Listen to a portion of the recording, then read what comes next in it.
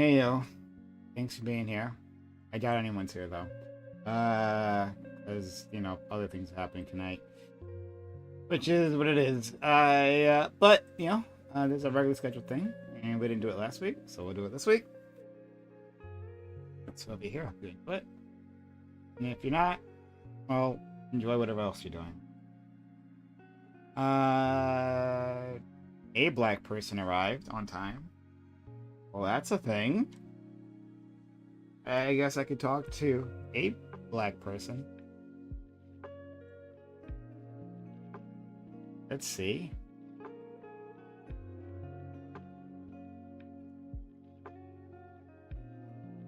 Hey, black person. Black person? You're funny. I am a black person. Yeah. A black person showed up on time. So that's amazing. You're one of the good ones. Yep, exactly. Have you been watching The Boys? I've absolutely been watching. Oh, so okay, hold on. I'm a week behind. I didn't realize I was a week behind until today because I went to watch an episode. I thought I was all caught up, but I realized I'm a week behind now. So I didn't see the latest one. But I saw. Yes, I okay. watched one from last week. Okay, cool. Yeah, it was Get it's him hilarious. Get him Oh yeah, I don't know why I was on it and I accidentally just exited out. Sure, no problem. But yeah, I'm like super excited for The Boys. Like Bro, it's so crazy how similar what's going on in The Boys is like literally what's going on right now in the world. Like Donald Trump. It's crazy. Like Donald Trump, if he had powers, is absolutely Homelander. Someone with a desperate need of approval. But what's worse though, in my opinion, is that when it comes to The Boys, Give me 1 second. All right. like It should be an echo. they made Homelander what he is. Hold on. No, wait. Yeah, it's like no. I'm on spoilers. episode 7. I don't need y'all to say. Yeah. Yeah, anything it's about- actually I'm on episode 7 of season 1. So Yeah. no, we got to change the subject. nigga, Okay, this is your fault. That's like spoiling the Matrix to somebody, nigga. And it's your Nah, fault, nigga. nigga. No, we're not doing this, bro. No, bro. I don't get to watch TV often. So I have to binge a show when I'm watching it. So I can't do some shit like every week I watch one episode. So I gotta fall way behind, hope that it's gonna be multiple seasons, and then I watch it and catch up. Yeah. So are you watching One Piece then? Fuck no. Oh my god. Like, You look I'm the still number one One heterosexual. Piece fan. Look at his I'm fucking heterosexual. Discord. I know, but I'm heterosexual though, so I don't really watch One Piece. No, I'm joking. How can you be heterosexual? I just know and not Prime. watch He's One joking about Piece? the heterosexual part. Yeah. No, I'm joking. I'm a ninja. Oh, I got this. Yo, y'all not excited right now? For the debate.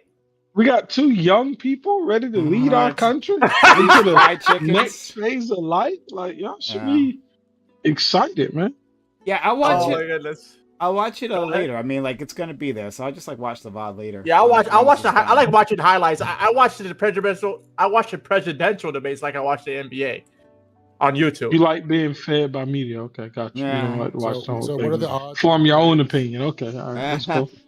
So I what are the watched no. odds? I'm, I wouldn't expect that of somebody like you, Dream. But okay. wait, first of all, At least damn you- it, I'm watching highlights, No, and I'll it's- form my opinion off the highlights. That's it. Jesus Christ. No, I'm just So kidding. who, I just like to do something. Well, Waterkai, what are you saying? I'm just wondering whose odds are better for hitting an arrow message first. Make a what message? An error, Between like, Biden like, and like a Trump. fumble, like a Ah, speech okay, fumble. Yeah. No, I'm meaning like going blank for 50 seconds. Oh. That's definitely gonna be Biden. If I had to vote, yeah, for sure. I mean, yeah, like, yeah, I think so. I saw that thing you put in the group DM saying, the 404 error. But I think that's oh, more that's likely what to- that was about. Yeah, I think that's more likely to be Biden to be blank. But on the other side, right? Like that's where Biden, like he stopped sending information. Trump doesn't stop sending data, but it's all garbled, right? So he'll just keep talking, like play it back. You realize that didn't make any sense. So yeah. Do y'all know what the worst decision was for this debate?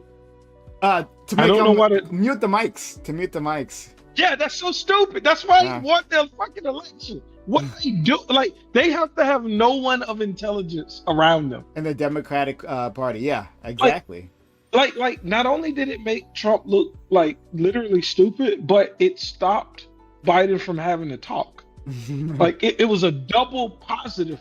And they're like, no, we're gonna force Biden to talk for 90 seconds or yeah, it's over, dude. It's done. Like y'all can hang it up. That's just done. And they're gonna be sitting down, dude. I was telling my dad this. Listen, this would be the most gangster shit I've seen in my fucking life. If Trump decides to stand for the whole debate, that shit would be amazing. You mean like hover over Biden? No, they're like probably not sitting beside each other. So imagine if he's on his side, just standing, and Biden is sitting down the whole time. That shit would be hilarious. Maybe. That shit would be hilarious. But I think Biden. I think Biden. If Trump was standing, I think Biden would be standing too. At least if we tried to for, because he wants to look like he's fit, you know. And there. So I don't think he would. I don't think he would, dude. This is why I need to be a campaign advisor, dude. I could have helped Biden, and I could have helped Trump. You don't think Biden was gonna stand up? No, he's sitting. Wait, this is current? No, it's not. Oh, you don't know? No, wait. The presidential debate, the Democrats said that they want to sit, so they're sitting. Oh, okay. So I said it'd be real gangster for Trump to pull up and like adjust his damn microphone and just stay in the whole. Yo, that shit would be. He would. I think he would win the election. Period. He wouldn't even have to talk. He'd just sit there and stand for an hour. That is like. That's a terrible request. God. Yeah. That is bad. Pretty bad. It doesn't mean anything as far as your ability to be president. But like when Biden's number one, we had a president with polio. Yeah, I was about to say Roosevelt. Yeah, like I think deterioration and disease are different. Y'all don't see? Do y'all think about that as how I do? But Yeah. but Like you're if talking about somebody is physical. diseased- Oh, you're talking about being old. I'm saying that's like different. That's not like that. His It's mind is more deterioration. important. His mind is more important. Than his being leg. disabled and only being able to be in a wheelchair isn't anywhere close to being mentally disabled because you're hella old and have dementia and But Alzheimer's. he's talking about being physically disabled here. Or Who physically is? deteriorating. I Yeah. think both of them. Like, No, you're not being associating able to them stand. together, but Wait. yeah. No, wait. This is how I'm coloring this, and I think it's what Dream is saying. If I see someone in a wheelchair, that doesn't make me He's think assuming that they're there's retarded. any mental affect from that, right? Oh, okay. If I see someone old who's deteriorating and falling apart, then my likelihood of thinking that they have some kind of mental decreases in some way is high, right? So if I looked at Jimmy Carter and I looked at, was it Jimmy Carter? No. Wait, was it? I don't know. Eleanor Roosevelt. Yeah. But if I look at them Not beside Eleanor, Joe Biden, Franklin. I mean, yeah, Frank. Jesus Eleanor. Christ. You put a Jesus C in Christ. that. Yeah. Delano Roosevelt. But if I look at him beside Biden, I'm looking at him all day if I'm voting. Like it's not Sure, even but- close. So that goes back to what I'm saying. Him ability to stand doesn't have anything to do with his ability to be president. No, it but does because his ability not to stand is because of deterioration. But you literally said that you're assuming that he has some mind Yeah, thing. I'm agreeing that I'm assuming. Yeah. So that goes back to what I'm saying. The ability to stand has nothing to do with your ability to be president, but it's a bad look. That's why I agreed initially. But why do you think it's a bad look? Hmm? Because of what I'm It's- saying. It's a bad look because people make assumptions, but it doesn't actually have anything to do with your ability to be president. Well, if So what your I'm saying is ability right. to be Okay. president hinges on people not making that assumption. I No, guess it it doesn't. does, No, right? I don't- I hear what you're saying, dude. No, you don't. This shouldn't be an argument. I'm not arguing. I swear. Lee, I hate y'all. Like I'm saying, No, something everybody here, controversial. everybody agrees with me. I just want to call that out. Solis agrees with me. Wadakai agrees with me. Dream agrees with me, and Prime agrees. That's all I'm saying. That's all I'm saying. No. I'm actually. I think I'm closer to Bam on this. Oh, You you're think not. what do you think? What Prime? What is it that you say it out? Speak it to me in plain English in ABC. Yes, like exactly. I'm 6 years old. Yeah, like a person. No, not a This- person. Biden. We're talking about Biden. Biden. No, don't take me off to some fan. No, Biden. Biden not being able to stand for I don't know how For long an hour and a half. for an hour and a half. Okay, 90 minutes, right? I don't think like implicates his ability to be present. Now, by that I specifically mean his ability to actually do the job. Now, to get elected to do the job, that's different. Now, then Gambit's correct. Sure. Oh, wait, Gambit. Wait, Hold on, Gambit. do you think what Prime just said makes sense to me? But what I would also add that, which I think you might be adding, Gambit, is that the hour and a half, not being able to stand for an hour and a half is a hint that of what's to come. That is also mental deterioration, as we see from all the people being physically deteriorating. I don't know if there's any correlation between those two in practice. No, Okay. but hold on, but Prime, I think that there's people who have like think- physical bodies that like lose their mind, and there's plenty of people whose bodies like some But people there's start getting on but canes there's a at like 60, totality- and then they're like wait, 100, wait. their minds clear. Wait, but ma'am, there's a totality of evidence here. We aren't just talking about some people, right? Let's keep this on Biden. We were talking about Biden and Trump. So I want to keep it local to that. Because if this were other people, I could agree with you. Because there are older people that are still like mentors to me, and I still think they give out great wisdom, right? But we're specifically talking about Biden in this case. Okay. So again, are we talking about actually doing the job, or are we talking about perception? Because that's what I'm saying. I don't like. I'm talking about I feel like you're your arguing about perception. perception. Yeah, my talking about- perception is Biden's ability to walk doesn't matter. That's my perception. But I'm saying I nobody else understand has that view. Prime, you don't have that view, do you? You look at his inability to stand for an hour and a half, and you're like, yeah, there's some shit up there. That means he's retarded. No, but no, everybody here except you is retarded though. All of us. No, I'm not saying you are. I'm saying that you saying that he can't walk, he must be a retarded man.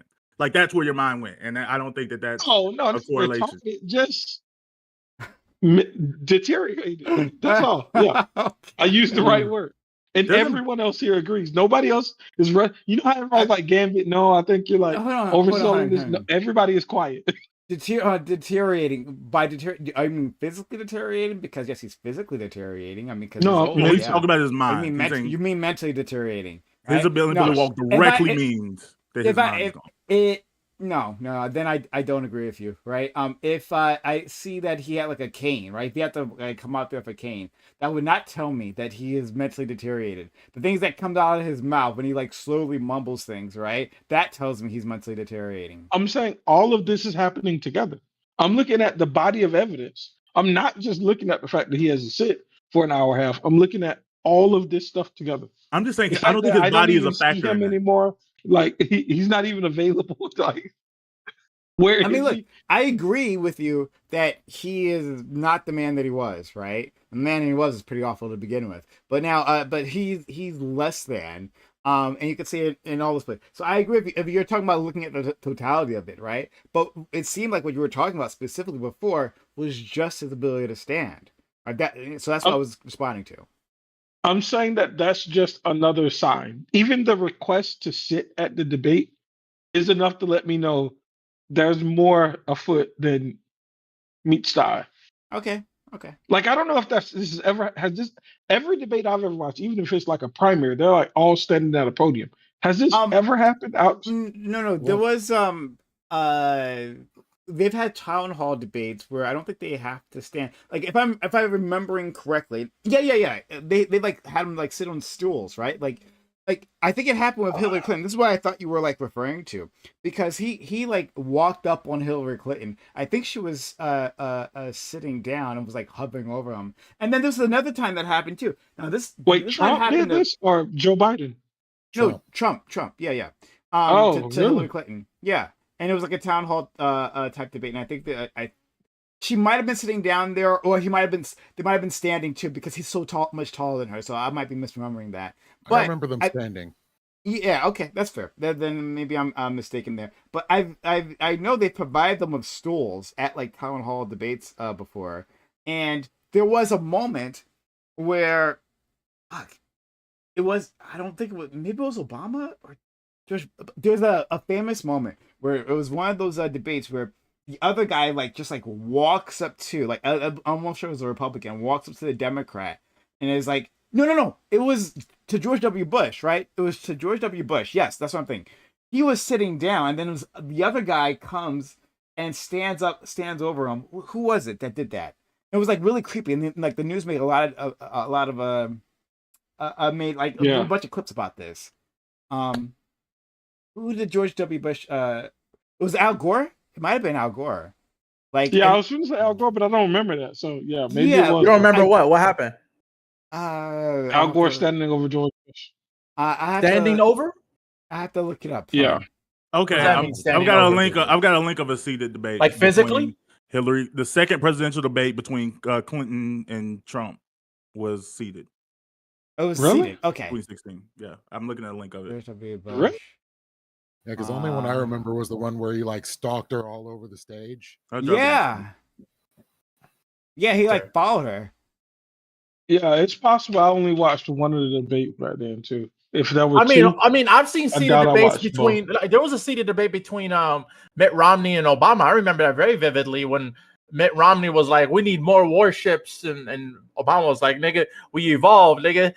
We got more advanced ways to kill niggas nowadays. We don't need more sea vehicles." Said, "We bring on the drones." But yeah, you can even see it in the thumbnail. They were seated. Yeah. Also, but I still think it's a bad look to request, just mainly because of everything. Like everything associated with Biden is what GSU's saying. So like that was I wouldn't. That's an uncomfortable request to make. But I guess the only thing worse than that would have been like Biden's legs locking out and him like passing out on stage. So I guess they had to like pick their poison. But that's not an age thing. Crowd. But that's not an age thing though. Like military people pass out. How do y'all feel about no crowd? I feel like they were like, and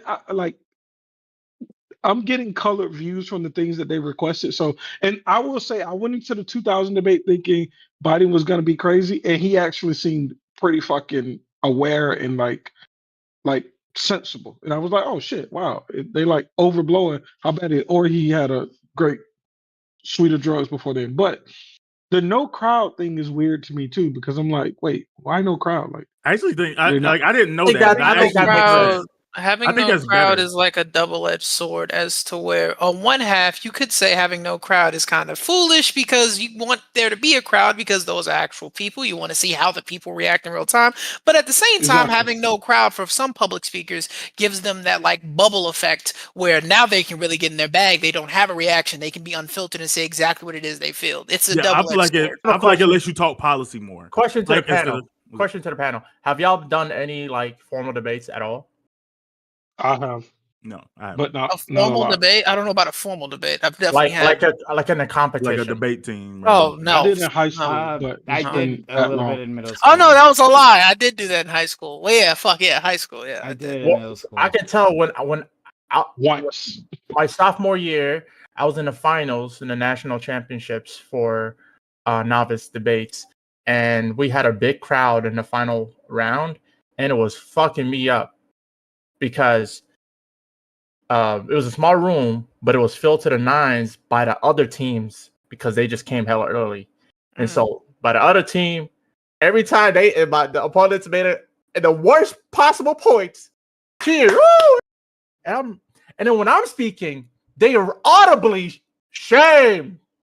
Like it was just fucking me up. And I think it would have been better to not have anyone there. In a debate setting, I think when you have the people that thrive on more people, I think lean to being more disingenuous because all forms of human interaction at that level, they have a bit of theater in them. And if I can get somebody that's like good at making people look stupid in front of a crowd, I can make them look like a genius. Yeah, I can make them look like a. I think they're specifically doing this because of Donald Trump thrives off of that cheering and like. There you go. Like the one-liners kind of situation. I'm glad absolutely. And I'm glad they're getting rid of it because I don't want to hear Donald Trump spewing nonsense that is If just you got like a burp, you I'm- cannot get out. You've been trying to burp for like. I 10 want minutes. content, bro. it was a This is silent burp. It was a silent Yeah, burp. Anyways. I don't want there to be a crowd because the crowd, like, it just eats up time when we're dealing with the crowd, right? Like with them cheering and like telling the audience, hey, like, don't cheer and all that. Like, and it does color how people see it, right? Just like how Yep. a laugh track gets people to laugh, even when like it's Yes. not funny, right? So like, Absolutely. I'm glad they don't have that, but I am like unbelievable. I'm shocked that they didn't allow that they were muting the mics, right? So that Donald Trump can't like make a fool of himself while Biden's Yeah. talking. Like, Wait, that is But also, unbelievable.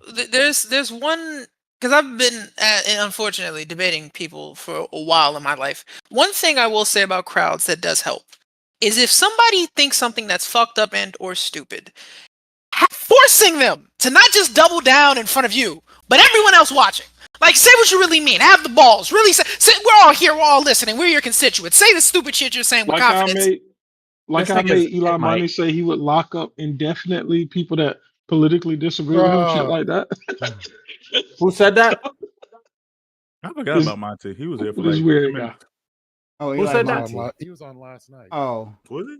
Who Oh, said he that? was? He came Who said back. that? He showed his face. Eli Monty? Not Eli Monty. Yeah. That nigga Yeah. is crazy, bro. yeah, Yeah, no, I didn't know Yeah, he that was as nigga's crazy good. as he was. I, He I- needs to come on ABE. He needs to come on ABE. He's a nigga that says, fuck the bear. Like, hold on, not just hold on. choose a bear, fuck the bear. Hold Oh, on, man. Gambit. Yeah, What? like you were around back then with Eli Monty. Like, I'm only learning. I haven't seen it myself because I that's right. Someone sent me a clip and I haven't looked at that clip yet. But like the Eli was apparently crazy. He was like chill when he was with us, right? Like, No, I think he was he's just typically he's- like lefty. what I mean by No, crazy, I'm saying he's your average super lefty. That's what I mean by crazy. No. No, I mean he's Not at all. No. I mean that's my No, experience. Prime is like the average left. No, Prime is is not gonna- Prime is center left, maybe I'm a little not bit more. enough. Prime's not center left, but Okay, Prime's okay, not, okay, Prime okay. is not. but Prime's Okay, not, Prime- but Prime's okay, not a okay. lefty. Prime No, is left center. No, but left Prime center, is not left. center left. No, He's like Prime is right left. no. He's smack dab in the left. That's what I'm talking about. He's smack dab in the left. Oh I don't my think God. Prime is too super left. Yeah, Prime's like Compare- the threshold of insane. Yeah, Like I don't think you're an advocate of like starting a Prime comedy. is all cops. I don't and bastards think lefty. What are you talking about? Prime Let is. them know who you are, bro. Hold on, okay. You can correct me if I'm wrong. Hold on. Let me just be clear. Let me be clear what I believe Prime is, and Prime can correct me if I'm wrong. Okay. I believe He's gonna Prime is correct like, yeah, absolutely. I believe Prime is is left, but he's not the left that's like, it's all men until it's no men, right? Like All he's men. not that Yeah. left. I don't know what He's that not an even means. unrealistic extremist. I think he's Like- just not an activist. I think Like, activists. you are don't like, believe fuck all men until it's because of What does that the mean? basically all men are rapists. like all men are Oh, well, of course not. I don't- complicit or whatever, and then they're horrible and they're evil. Yeah, but I And- don't put that. left. You it's don't not like a wait, left- Prime. You don't believe Stupid. that black people can't be racist, right? Yeah, I know. I don't. I specifically have said that. Right. So that's what I mean by he's not. That's But- not that. No, Those but- two beliefs. No, not Eli Monty no, has, no. right? No, but Eli Monty is also insane. Prime is the traditional super leftist. That's what Prime is. What So you're what is calling not it? Eli Monty? What then? you're If- calling it? If I'm Prime not- is super No, left, wait. what Let's is not ask Eli Prime. Monty? What you're Okay, calling no. like insane is just like activists. Are you talking about people who? No. I'm Those an are insane. I'm No, an activist. No, I'm an activist. I'm not talking about a claim, a title you claim. I'm talking about people who were sitting at like the protest for like 5 days without showering. About No, that doesn't matter. He's they don't know. insane. Those people No. are regular, real No, people they're that you would not. meet in life. Those Eli are- Monty is a Stop, nigga that can Kevin. only be erected online. Like these niggas, like you You've won't never met an find activist NPCs like that offline. Oh yeah, so to So what? Bam, even though I completely get what Gambit's saying, to Bam's point, I used to think that shit like, yeah, no, these are just chronically online weirdos. Mm. But then I've met some people in real life like, oh fuck, I forgot y'all are real. Like, you're a thing. You Bro. exist in reality. Like, Bro, Like the niggas hold that on, put up hold the on. black Wait, square on wait, Instagram. Wait, Go ahead and listen. say what he said, Gambit. Go ahead. And Yes, say what he said. I got Eli Monty to say on Waterkai's panel that he would lock up more than half of our population in jail indefinitely. Like Indefinitely? people don't say that. Like that's not real. Like you're getting that's just the age gap. That's just the nigga doing. It was death cap. I promise you, if you go to a 19-year-old college protest, that's exactly what they. No. They know. That's exactly what they about. You're wrong. When's the last time you been out of college, nigga? Nigga, I live 2 minutes from a college. I didn't say what. That's not the answer. No, I'm saying I've been in it today. What are you talking? I live in college today. Yeah, I was in it today. I live in college. college. To them niggas. I know exactly what 19-year-olds are doing now. I know. Okay. They not.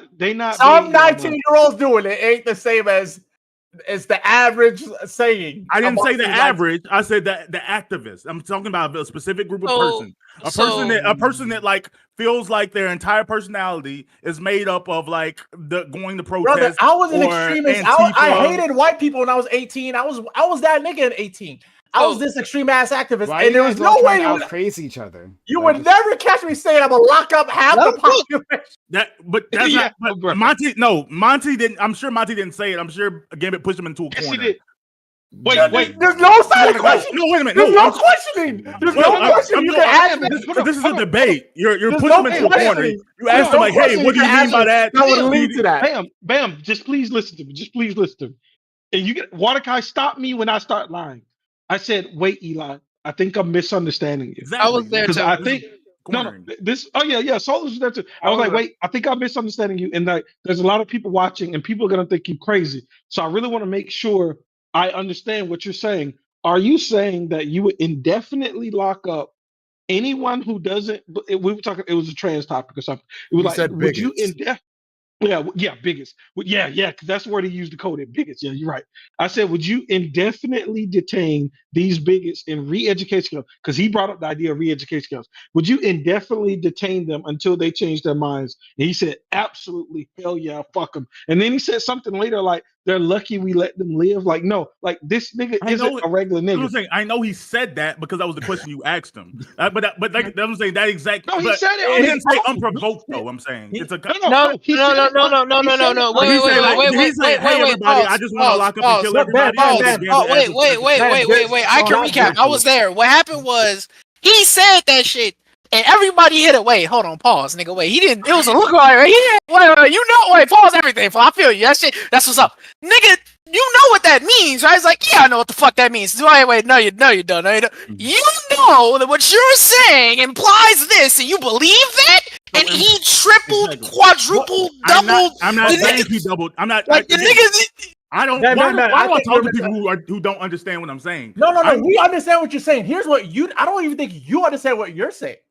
Because what you're saying is he is agreeing with what you're asking him. But what they're saying is he said it initially. They're asking him, is that actually what you said? So this isn't. It wasn't a proposed question. You understand, Bam? I don't have a clip. He said this out of his own volition.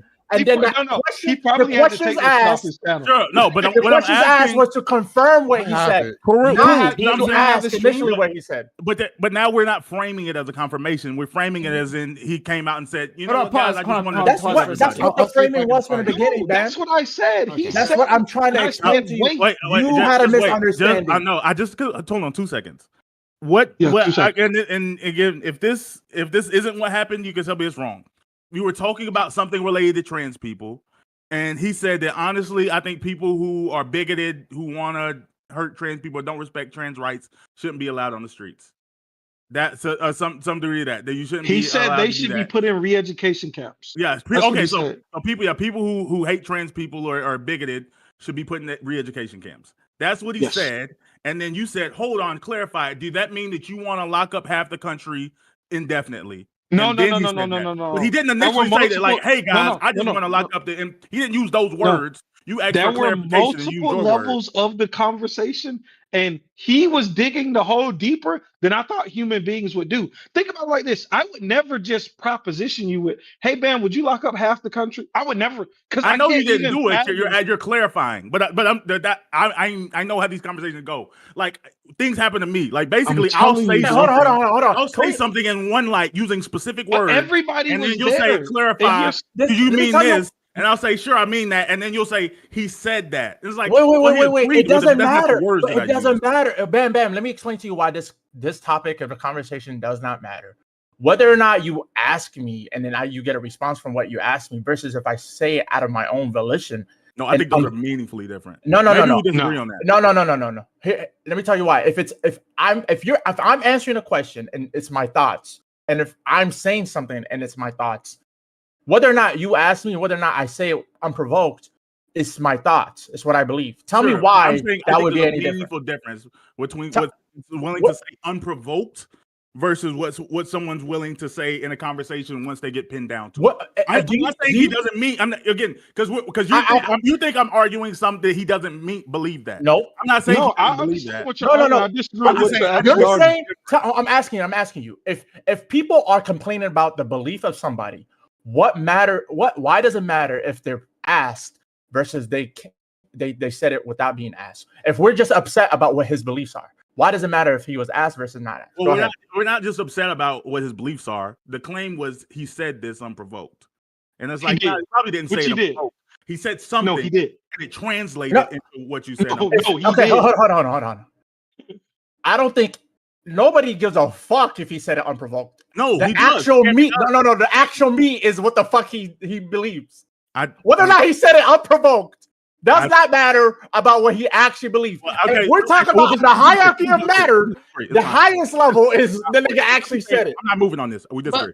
But like no. You're disagreeing about these niggas' beliefs. How do you disagree with what they're saying? These niggas is here. No, because I would say that like once you, because I even understand what Bam is saying, right? Especially like if you're in a conversation and.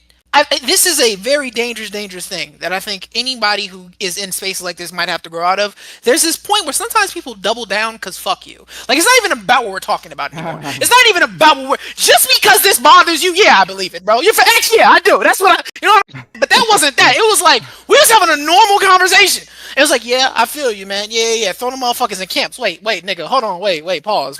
Time out. Wait, I was rolling with you, bro. You was cooking. You was giving me 50 points. I was liking everything you said. But you know, if you think that means this, right? And we don't feel that way. No, nigga, I do. That's different to me. Like, that's not... I gave you a chance to not double down on what the fuck you... There was a clarification when you said, no, nigga. That is what I feel. I do think that.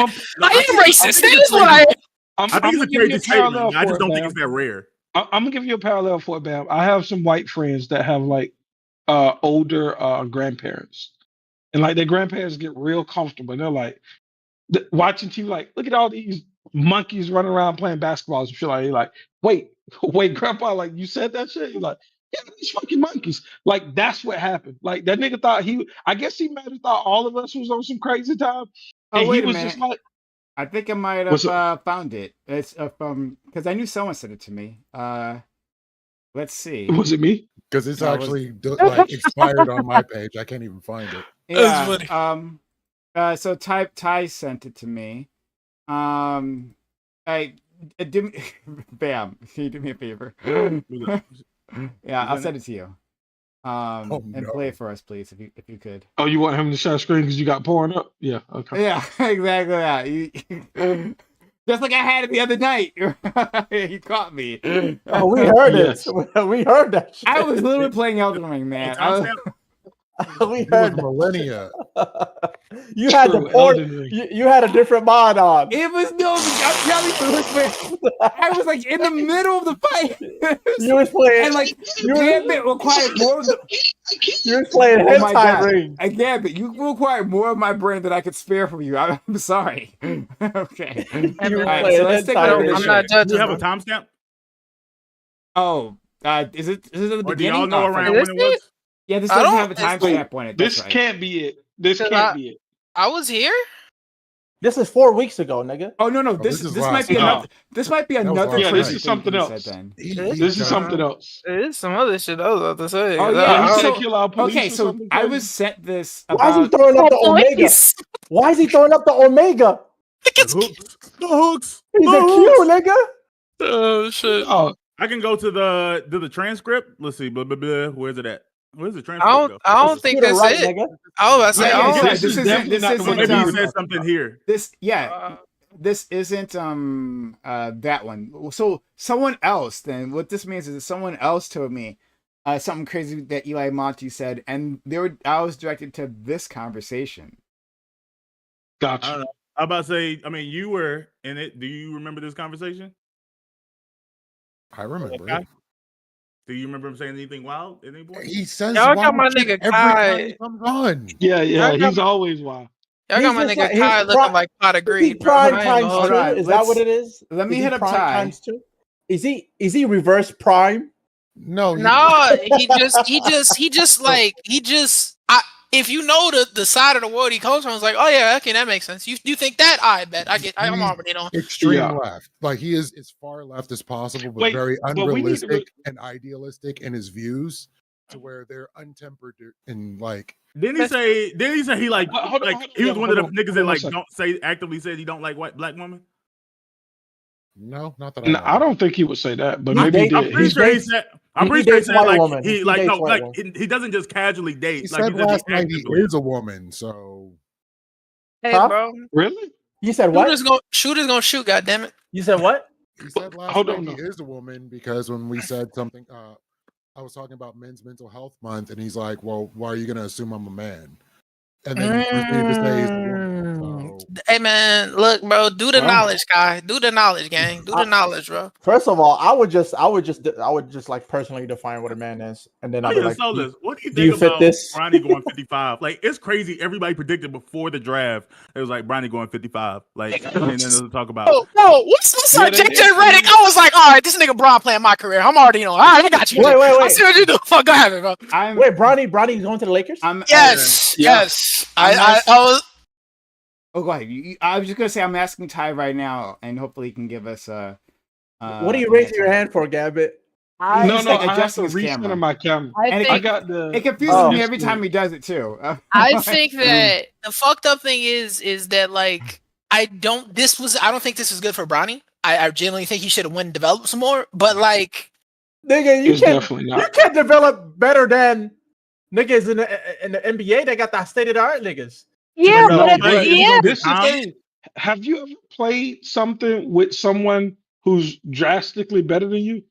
Like sometimes you'll power through it and you might gain something, but sometimes they're so much better than you that you just gonna get washed. But I'm not talking about. Wait. I'm not talking. If they would have even sent Bronny to another team that was dog shit and he would have developed, I think that would have been great. But they just took a kid fresh out of college, barely devved, and said, "Hey, bro, you're going to the Lakers with your dad. Who's LeBron with this new like y'all just put this nigga?" It was at the end of the draft, though. I think I think they were okay with him getting drafted, but I think Bron said when they got to 50. My son ain't going undrafted. My son ain't going undrafted. Hold on. Can I ask I just want to ask a question. Help me understand, because maybe I'm ignorant about the situation. Help me understand why, if you got the state-of-the-art facilities, state-of-the-art money, state-of-the-art trainers, I'm not telling you the guys to put them in the game. I'm saying like these are the state-of-the-art trainers. He's dealing with them every day. State-of-the-art nutritionists. But you need competition. I think USC had that. I'm just saying, development not about your. I think your it's training, less about that at this level. So you're saying the development comes with the actual playing time. That's what you're saying. Yeah, I'm saying that you need to have that stuff before you're entering the NBA. And also, it's like there's a mental aspect of it that is like. That's what I'm saying. I think mental is the only problem, right? Because if he's I think skill is the actual. But I'm saying, can't you develop the skill in practice? That's what I'm asking. Not in the NBA. What? Let me think here. You can't go to the top of the food chain and say I'm gonna get better. Do you play chess? How? You say I'm gonna go play Magnus Carlsen to get better in chess? It's not happening. But you could be on the bench while still getting better. But do you know how to? But it's like, okay, check this out. Like you get better in practice playing against the same team. I think so was about to say something. No, I was about to say that like comes on a panel. Can't. Oh my God, this nigga! Get the ball out of his hands. Get the ball out of his hands. He's trying to go back-to-back 50-point games. Don't let the nigga do it. Anyway, look. No, what I think is that it's like.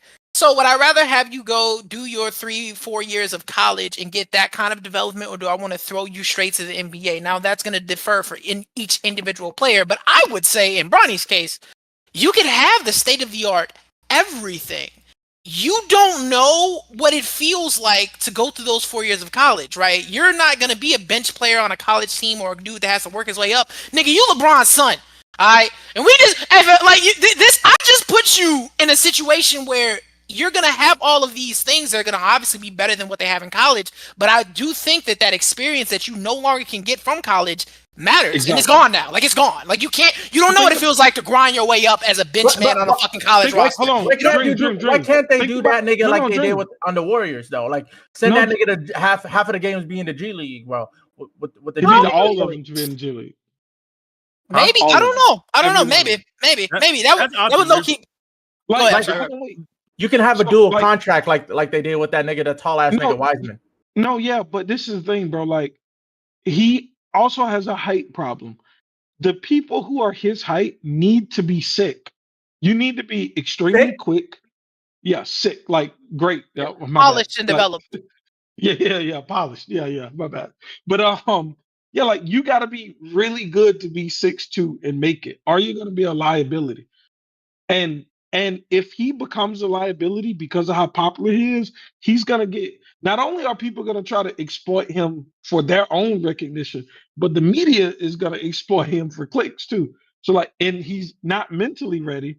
Like, if I'm losing to you, but I feel like I have the skill to like win, that's different. But he's going to be losing and being exploited by the media, and he's going to have a target on his back because he's LeBron's son. So nobody taking it easy on him. And all of that shit is going to be happening while he doesn't have the skill. That's going to be wild, bro. It's like if you hired a new employee and you could throw them into the fire, or you could choose to give them tasks to get their XP up and then make them better. My boss did that shit too. There's three arguments for why it still could be the right decision. Number one, college basketball, according to almost every pro out there, the college game doesn't correlate well to the NBA.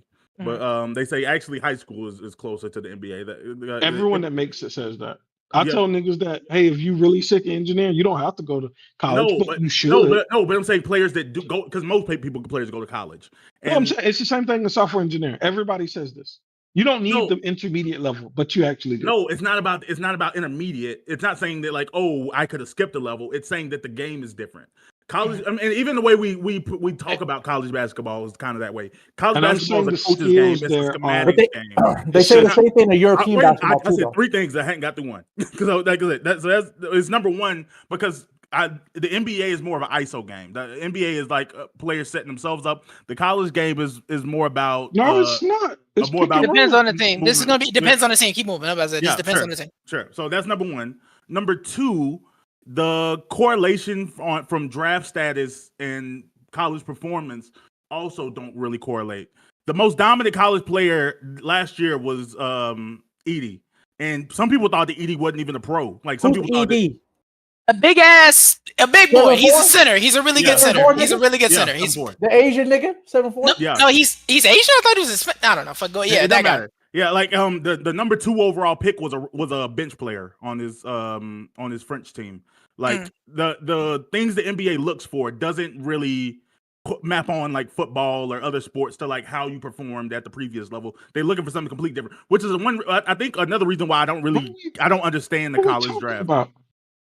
I don't know. I'm talking about the number 2 draft. The number 2 overall. The higher draft picks normally do better. Yeah, no, that in the NBA that doesn't seem to correlate.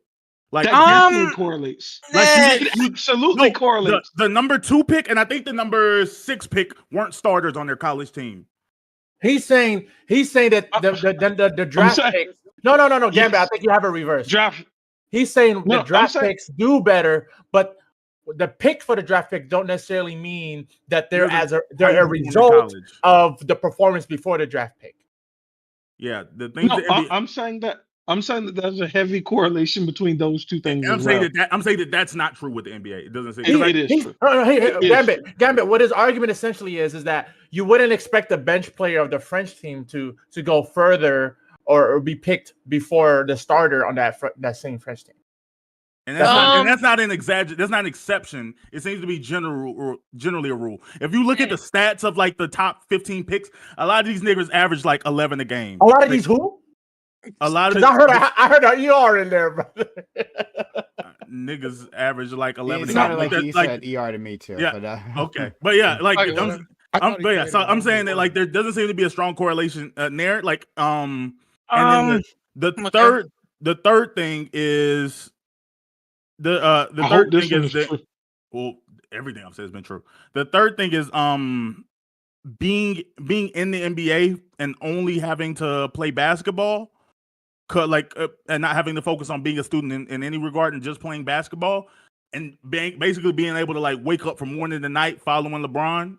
One is probably going to reignite LeBron in some ways, and there's an argument that it can boost his development because Bronny's not like, I think some people are starting to drag it a little bit. Bronny's not untalented. Bronny can ball. It's just like I say, it's just unpolished. Yeah. But and that's what I'm saying is that you're about to go into college athlete, yeah, for sure. You're about to go into a league where they expect you to win. Let's not forget, but they expect LeBron James to bring home championships, and you're talking about a kid that doesn't. So the problem with not going to college is this, right? You're right, because a lot of people have said that the high school game. I think it was Iman Shumpert that said the high school game translates better to the NBA. But here's the thing: when it comes down to X's and O's and being a player, as in like you're X or O, a coach is coaching you, you know, half court sets and shit of this nature. That's where college is good, right? Because you get to learn that. Even if it's a different playbook, you learn how to be in a playbook, right? That's heavily what the college game is. And if you just don't really experience that, and we say, all right, fuck it, you're not gonna learn how to do this. Hey, bro, Lakers go win a chip with their dad. If he wasn't LeBron's son, I would say that. But LeBron's got that in him. But that doesn't mean that it's gonna translate to. That doesn't mean he's gonna have. Like one of the, I don't know if y'all have been listening to LeBron and JJ Redick podcast, but it's been great because they've been talking about concepts in the game. And what you have to understand is that for multiple reasons, offensively and defensively, Bronny needs to understand this stuff because he's going to play against the Warriors. He's going to play against the Clippers. He's going to play against these other teams, and they're going to run these offensive schemes. And in order to play defense, you need to know what these offensive sets look like. And it's not that his pops and JJ Redick can't teach him, but I just think that it would have probably been better for him if he went and had an established base of knowledge that he got from the college game, and then he multiplied that with LeBron and everything. Like, it's not the worst thing on earth. It's just that, like, I don't know if this is a good idea. Like, I just can't imagine him. Something you want to say? Okay. I was just wondering, like, is LeBron getting him coaches or getting him, taught by any? I don't care what he gets him. He's Probably. I'm just saying, I can't imagine LeBron not already having this so-called foundation growing up under LeBron's tutelage. Like, I know. I get that his skill set actually isn't to like competitive level. I understand that, and I think that could be just due to like,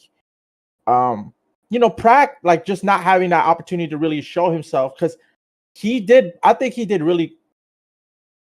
really well in like high school. He showed out in high school, and then like he had a heart attack in college. He did. Yeah, he did. He showed out in high school. No, he was solid. He was solid in high school. But he was injury ridden. For a 5-star prospect, regardless of like LeBron's name being attached. Yeah, but I say he was solid in high school, but college was less of, and then he had a medical problem. He literally had injuries back to back and a heart attack in college. No, it's okay to say he had injuries. I'm just saying he wasn't that guy in high school. He wasn't LeBron James. He was never the 1 or 2 option. He was never the 1 or 2. He's definitely a solid. Wait. I'm gonna tell you why I'm saying this because I do think because presenting it somewhat in opposition to what you're saying. I'm just saying it to support further points because Bam is saying that high school translates more and blah blah blah. First off, he didn't have that. He wasn't that guy in high school. He also was not even close to being that guy in college. Plus the injuries on top. So all of these reasons is why he's not ready. But I'm saying he could be ready, but because you haven't seen him as ready. Who was drafted was that guy. Wembanyama's been that guy. I'm talking about of this draft class.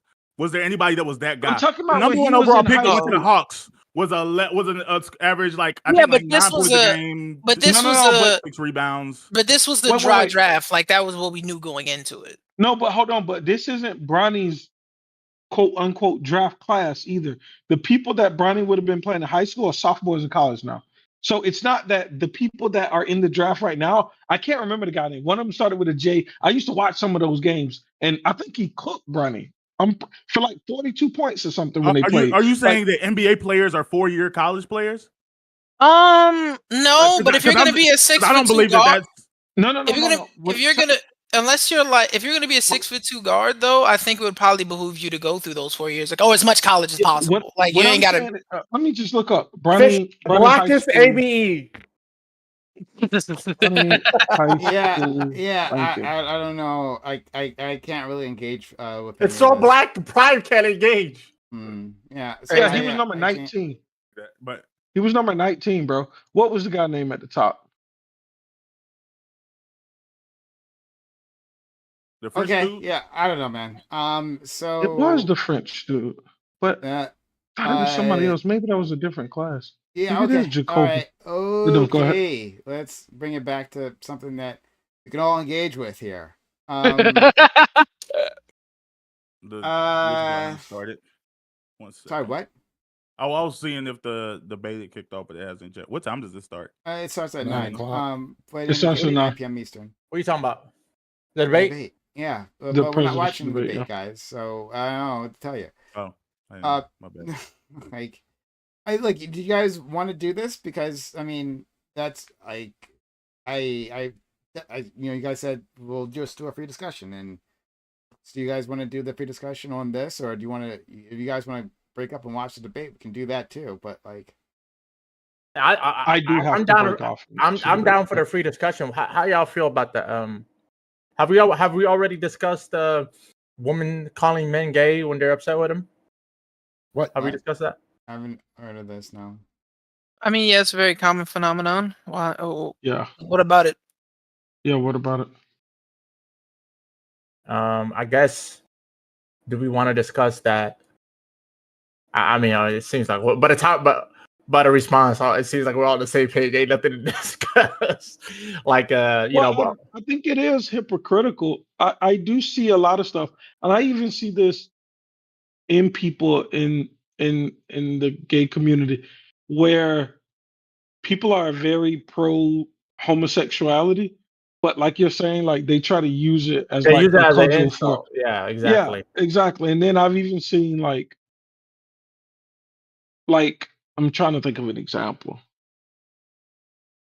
But and they hide it by saying like, if you're gay, just say that or something like that. Like just be honest. If you just want to be honest, be who you are. Like they say stuff like that, and it's like, no, I'm just telling you, I'm not gay. I am straight, but I also have these thoughts and beliefs. Like it's like to me, it's like, are you for gay people? And if you are, why are you trying to use it as an insult? And to me, what it really translates to me is like, I think they're for gay people as an aesthetic. They're really not. You know what I'm saying? Like they're for gay people, and in the sense that, oh, I want a gay best friend, but they're not philosophically thinking about, hey, let me not say these hella problematic things that are antithetical to me wanting a gay best friend, or like conducing an environment that would be the best possible world for having a gay best friend. Like you just want a gay best friend because that's I don't know, like fuck it. I think that somebody calling somebody else gay as an insult would be an attack on their masculinity more so than anything else. But wait. If you I was about to say, if you believe that there is nothing inherently emasculate about being homosexual, then why the fuck would you use this as a way to emasculate somebody? And what I think it is that there's this like, I think about the way that people like reject and accept people a lot, especially with today's identity politics. And there's this thing like elitist acceptism, where it's like, I don't actually accept you.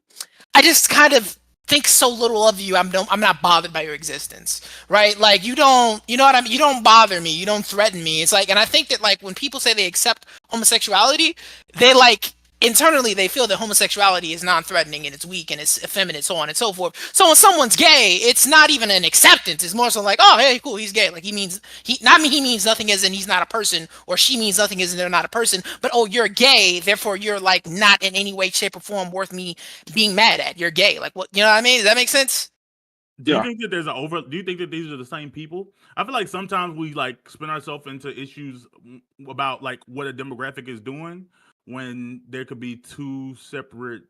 I get what you're saying. Like, because there's like, I do know black women. Yeah, I know black women that like aren't super cool with gay people. Like they want their kids to be gay. They don't really. No, I know gay people that do this. What do you like? I don't think we're confusing that. Oh, it's like there's black women that support it and black women that don't support it. I know actual homosexual people that do this. And that shit's weird. What? Oh, I know when people say that, like, oh, you're hyper obsessed over, like, why are you obsessed? Or you must be gay. You must want me. Like, are you talking about that type of dig? Like, no. I've never heard. We're saying like any type. We're talking about any type. For example, like words. Like a reject, like just any type of interaction. For example, like I know a lot of women are like, because they don't. A lot of women haven't been socialized to be the person to walk up to somebody, a prospective partner, and like make the move. So when they get rejected, that thought comes up and like, oh, he must be gay, right? Or like that comes up, and other scenarios come up as well where like, oh, he's talking back. Oh, as a man, why are you not paying? As a man, why are you not paying for the first date? As a man, blah blah blah, and that's like, and then other stuff come along with it, and use gay as part of that insult, as part of that insult package. So that's what that. So I hear what you're saying, but the as a man crowd, like I said, I don't think that's the same pro LGBT crowd. But what Gambit's saying about the gay guys that make these arguments, like, but hold on, but it is the same. But what I'm trying to say is that whether or not they're outwardly pro LGBTQ, they're actually not outwardly against LGBTQ. What they could be internally, whatever. But these are the people that are generally not going out of their way to shame being of the community, but they are going their way to shake straight men, or what people identify straight men, and then going against their identity and saying that they're not straight. Sure, I'm just trying to dig into like the nuance, and we can walk ourselves back out to like the extreme, like, oh yeah, that's effed up to say. I'm wondering is it complex? Like if you have a dude that really, really hates gay people, like when he just see them out, like it just piss him off, like vehemently. I know like me. Sure, yeah. If you just get pissed off, just fucking play with that. I don't get pissed off. I just get, what do you call it? Don't double down. Walk out. Back out. Don't even. No, I'm okay. You talking to the back. I didn't even bring it to you. You brought it yourself. I'm okay with it.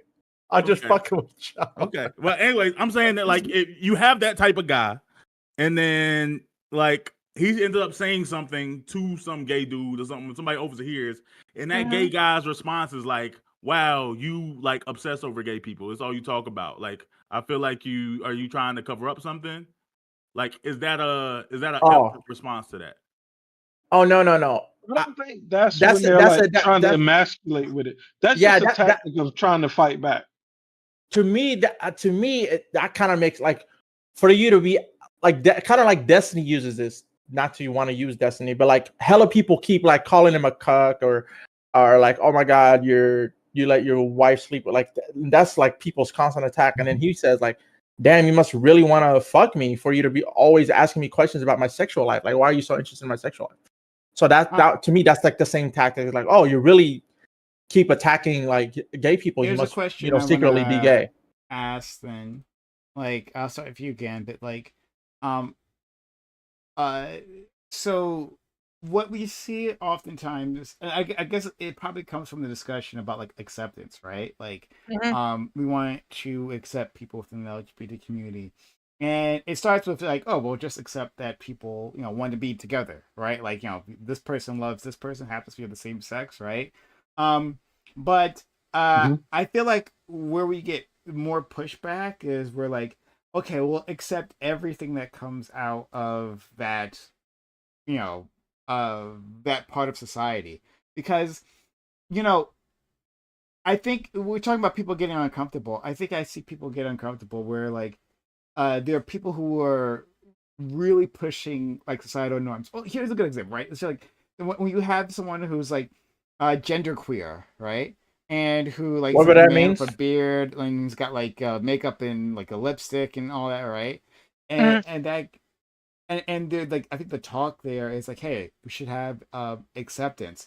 But I think, like basically, should we be accepting everything, right? Like, hey, like there are alternative lifestyles, we could acknowledge that, but is there a point where we're like, okay, I get that you're doing something different, but like this is outside our bounds, and so like prepare to like that teacher with the G-size breast implants. I think that person was a troll. That was a troll. I understand after that person was a troll, but I see what you're saying. Wait, is anyone here not a liberal, like philosophically? I mean, I'm not. I don't know if I would call myself. I was about to say I don't know if I would call myself a liberal. And Dream saying Prime is liberalism. Prime is a. I'm not like because the question, individual freedoms. Yeah, Prime just what Prime is asking to me is a question about liberalism, whether or not, like, as long as two consenting adults are consenting, or like it's what somebody's doing isn't like directly causing harm, I'm okay with it happening. No, but he's talking about accepting it, not necessarily if you're okay with it. Like, what is the difference between accepting and being okay with it? Let me talk. Right. Yeah. No, I was gonna say whether you like are okay with it or just tolerating it and accepting and tolerating are real different. I'm asking what is the difference? Because to me, is whether or not to like engage with it versus like not that they like. Exist. Do you have a neutral feeling about it? Is I think. Oh, you're saying do I like it? Is that the question? Yeah. I think when you accept something, there's a level of you think it's okay. You think it's justified. Right. There are some things I'm not okay with, for sure. Not everything. There's a level. Try this. Like should you think these things should be normalized, right? Like especially absolutely not. Like the gender queer community, and I'm just using this as an example, right? Like I'm not trying to pick on this particular community. It's just that like I see this ability, right? Like when you see people specifically like trying to like mess with like how we look at gender, right? How we yeah, like go ahead. Yeah, I was gonna say I hate the conversation about gender stuff because it's absolutely absurd.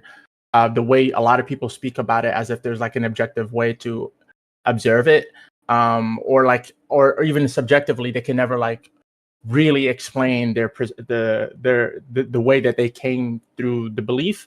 I've had many conversations about it, and I still haven't been given a proper answer from my view about like, okay, I understand that you believe that you are this way.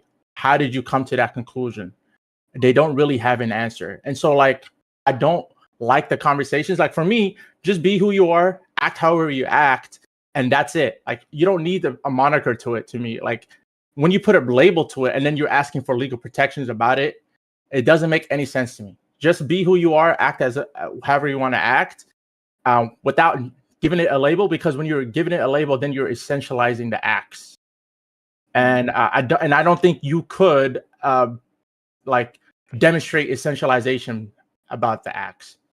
I was raised with the belief that you got to respect things, but you don't necessarily have to accept them or like them.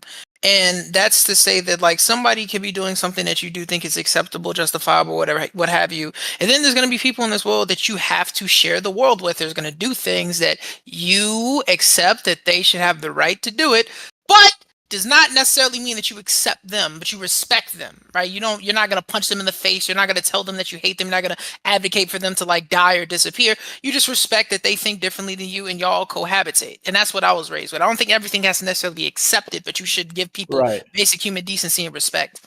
I think I would go a step further than you. I would say that I can respect respect individuals, but even going more specifically, I don't think that acknowledging like non-binary as a gender in society is like useful or helpful. I think it is actually probably harmful. To me, that concept doesn't even make any sense, because you're trying to essentialize man and woman into like a behavioral category, which I reject. Like, I think it's sexist to say men, you're a man because you behave this way, and you're a woman because you behave this way. Like to me, the categorization of man and woman make the most sense biologically, and then just have an infinite spectrum of behavior that don't need a category.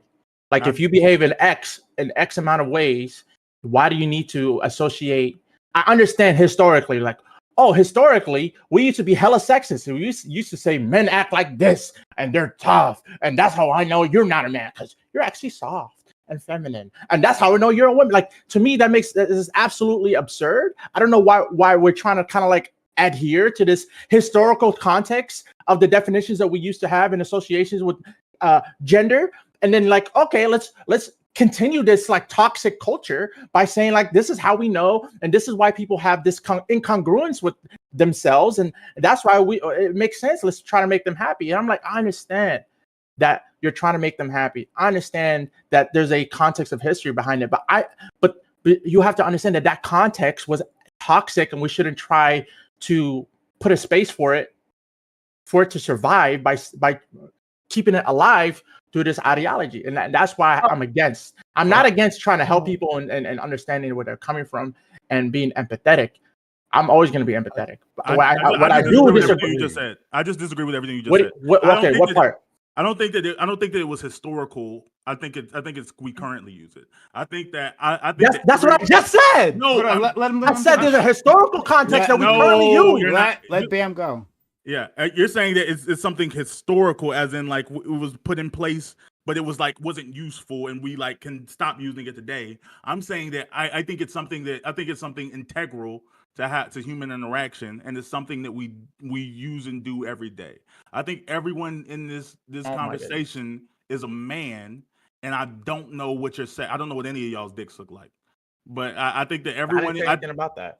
Yo, clip that, please! Somebody clip that. Please, somebody clip that. That's what I don't like. No, you're debating a ghost because I didn't say anything. Okay, just let me know. I'm saying I think these things are useful because what we call men and what we call women does map on to real social behaviors. I think we have social character, some social character in our head that we associate when we see it, and we say that we identify someone as a man. And what point are you combating? My goodness, just let me make my point. Okay, I think because you disagree with everything. What point? Because what you're saying is literally aligning with me. You're aligning with me. No, it's not. Then tell me what because you said that a man can we don't have the category of a man is irrelevant, and people can behave however they want in that category. Is that a false thing? Yes, that's what I'm disagreeing with. So shut up. Men can, shut up then. There's a specific thing that only a man can act? Just shut up, Dream. Yeah, hey, let him go. Sorry. Like I said. Dream. Let him go. Let him just say it and then go.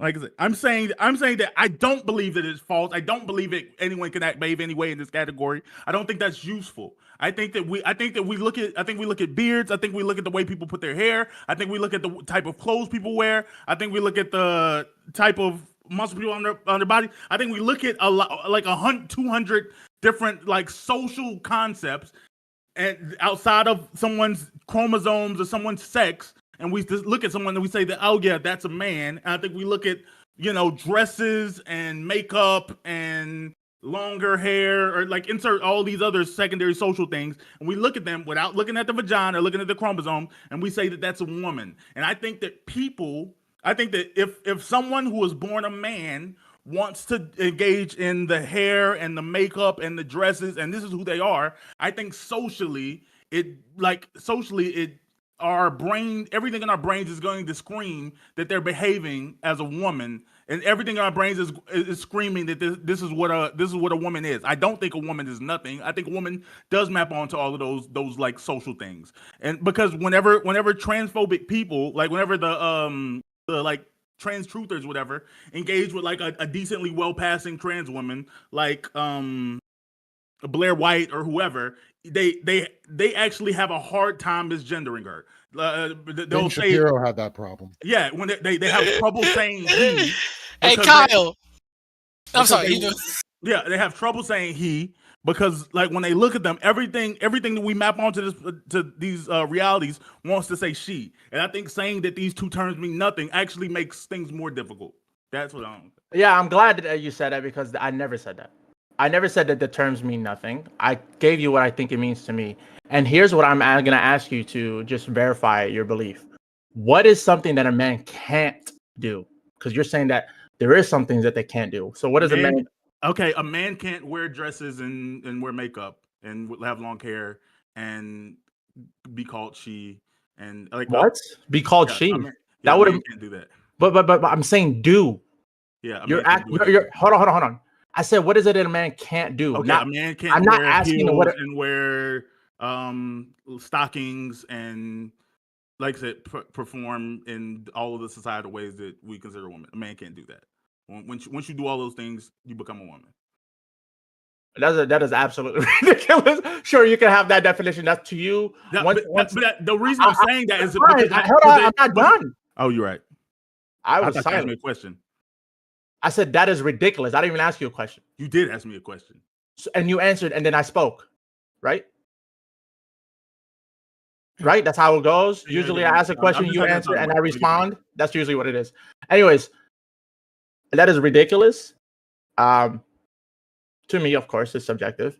If you want to define people by what they do, not who they are, that's okay. Because I'm just gonna disagree with you every time. A man can do whatever they want and still be a man. You can be hella feminine. You can do whatever. You can dress however. You can act however. And oh my God, y'all! What's up, bro? What's up? Why didn't just? I think what happened? Oh no! I'm sure it was. Oh no! Oh no! I'm sure it was something super. Oh no! We can't hear most of what you're saying, buddy. He started, God, bro. He was talking about the national debt, bro, and he was started to ramble, and you could tell he was like, "Oh shit, I'm losing it." And then he started like, "Oh, COVID," and he was like, "Oh no, I'm not talking about COVID." I started laughing because I was trying to unmute. You can see he's crying. You can see Gambit's crying, bro. Bro, it's so bad. And they just said, "Thank you, Mr. President." Yeah, no. Yeah, he's crying. I'll be back now. He's crying. Anyway, as I was saying, Prom is literally watching this to see. I'm not watching. Prom. I mean, Gambit is watching this to call back.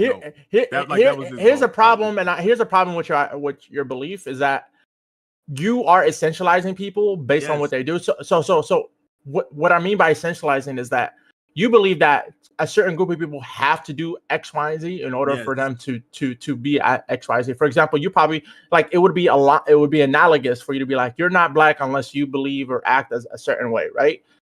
Versus other people would be like, you're just black no matter what you do. If you are black, there's a pigmentation that has to show up. No, there's light skins out there. Yeah, I'm saying there's light brights out there. Exist. There's super light brights out there that have the same skin tone and pigmentation. Oh shit, are we doing this again? Not again. Yep, we're doing this. Right. Sorry, Drake. But as I was saying, right, like you can, and I'm not saying you can't because at the end of the day, there isn't this objective thing of language. You want to identify men and women by what they do. I'm not comfortable with doing that. I think I don't. Okay, you don't, but you're unique in that way. Everyone else. That's fine. There is nobody else in the world like me. Do you know if anyone else in this room is a man? Do I know if they're men? Do you assume anyone else? Well, here's the thing. Here's the thing, Bam. I'm okay with being wrong. So when I look on the street, I do, of course, I make assumptions. That's all we have to do, right? What do you Like there's a. Do you know what induction is? Right. That's right. Everyone uses induction. You're talking about a process of the world. Now, there's a difference between using induction and then like using that to operate in the world, which is essentially what you've been saying, right? But here's the difference between using induction and then like no matter what new evidence comes up, still using induction, right? So you're saying if somebody comes up to you and says, "Bam, I know you think I'm a woman, but I'm actually male. I'm a man," and you're just like, "No, nigga, you're wearing these high heels, you're wearing lipsticks." You look, and to me, because you look like a woman, I don't give a fuck what you say. You're still a woman, right? That's what you would say to them, right? Yeah, gender is a behavior. Yeah, right. And so what I'm saying is, I don't even understand. So to me, I don't like sexism, and when you're saying somebody is a certain sex because of their behavior, therefore they have to be classified under that. That to me, that sounds like sexism. No, I didn't say anything about the sex. Okay. I don't know where is gender not the social definition of sex? No, that's what I'm saying. Okay, so tell me how you can know what gender, like what. So you're telling me, and this is what's so confusing. I don't understand why we need to, what's useful about the moniker of gender of men and women versus masculine and feminine. Is masculine and feminine gender as well? Is that what you're trying to say? Masculine and feminine is, I would say, generally is a gendered. Here's different. But bam, feminine men don't exist in your world, right? No, there's a spectrum. My goodness, this is crazy. Femininity. That's what I'm asking you, man, because you don't give a fuck about the gender expression. You just give a fuck about what they look like to you. So if somebody, so this is what I'm saying. Like in my world, you can have the maximum feminine as a man. In my world, in your world, the maximum feminine man isn't a man anymore. They're a woman, correct? Yeah, probably. Yeah. Right. So that's what I'm saying, Prime.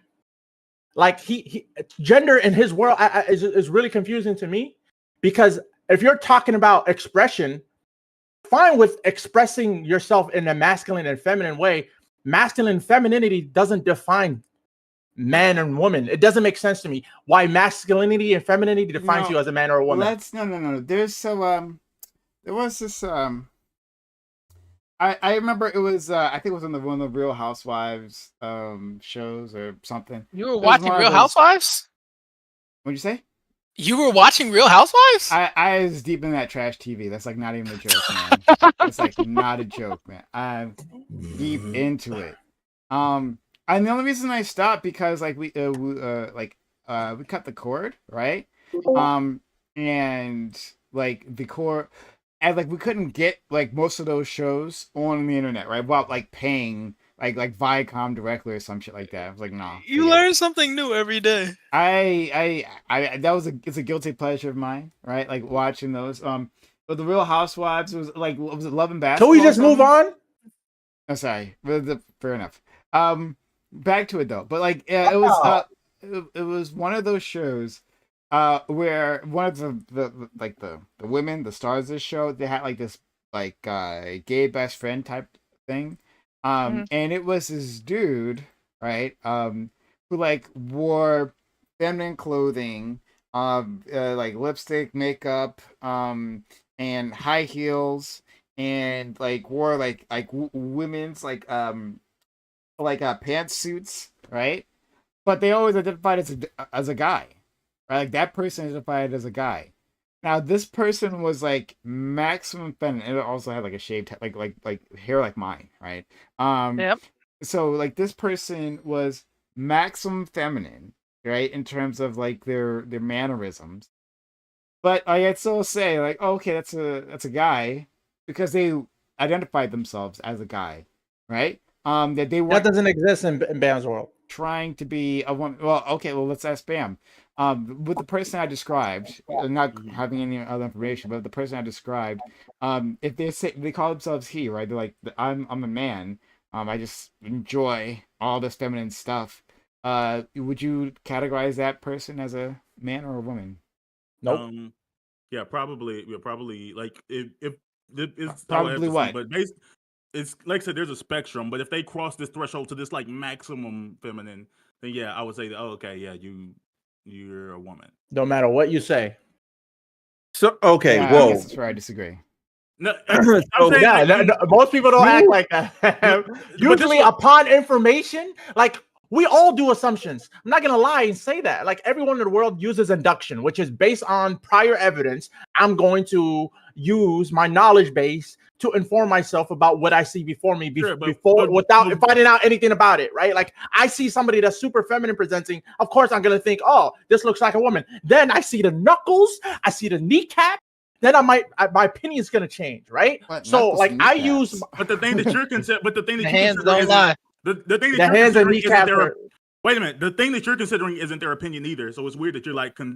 I'm not talking. Listen, my opinion is that gender doesn't make any sense. I reject the idea of gender. I'm all about like you can behave however you want, and you can be a male doing whatever you are, and a female doing whatever you are. I don't give a fuck.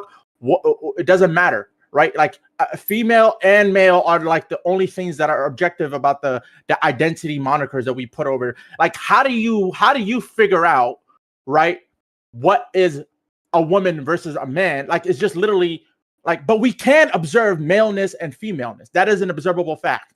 I don't think there's an observable fact of here's what a woman has to do, or here's because that's like an ever-changing, infinitely a complicated thing. I'm just saying that just because something's social doesn't mean that we like it shouldn't exist.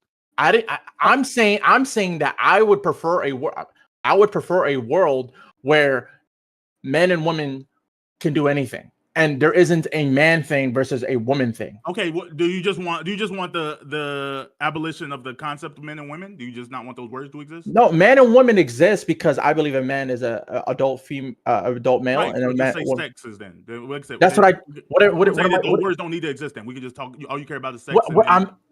The word man and woman. He's saying that using it is the sex. What you're saying, but I'm saying that you're making an extra step that's unnecessary. How's that an extra step? It's not.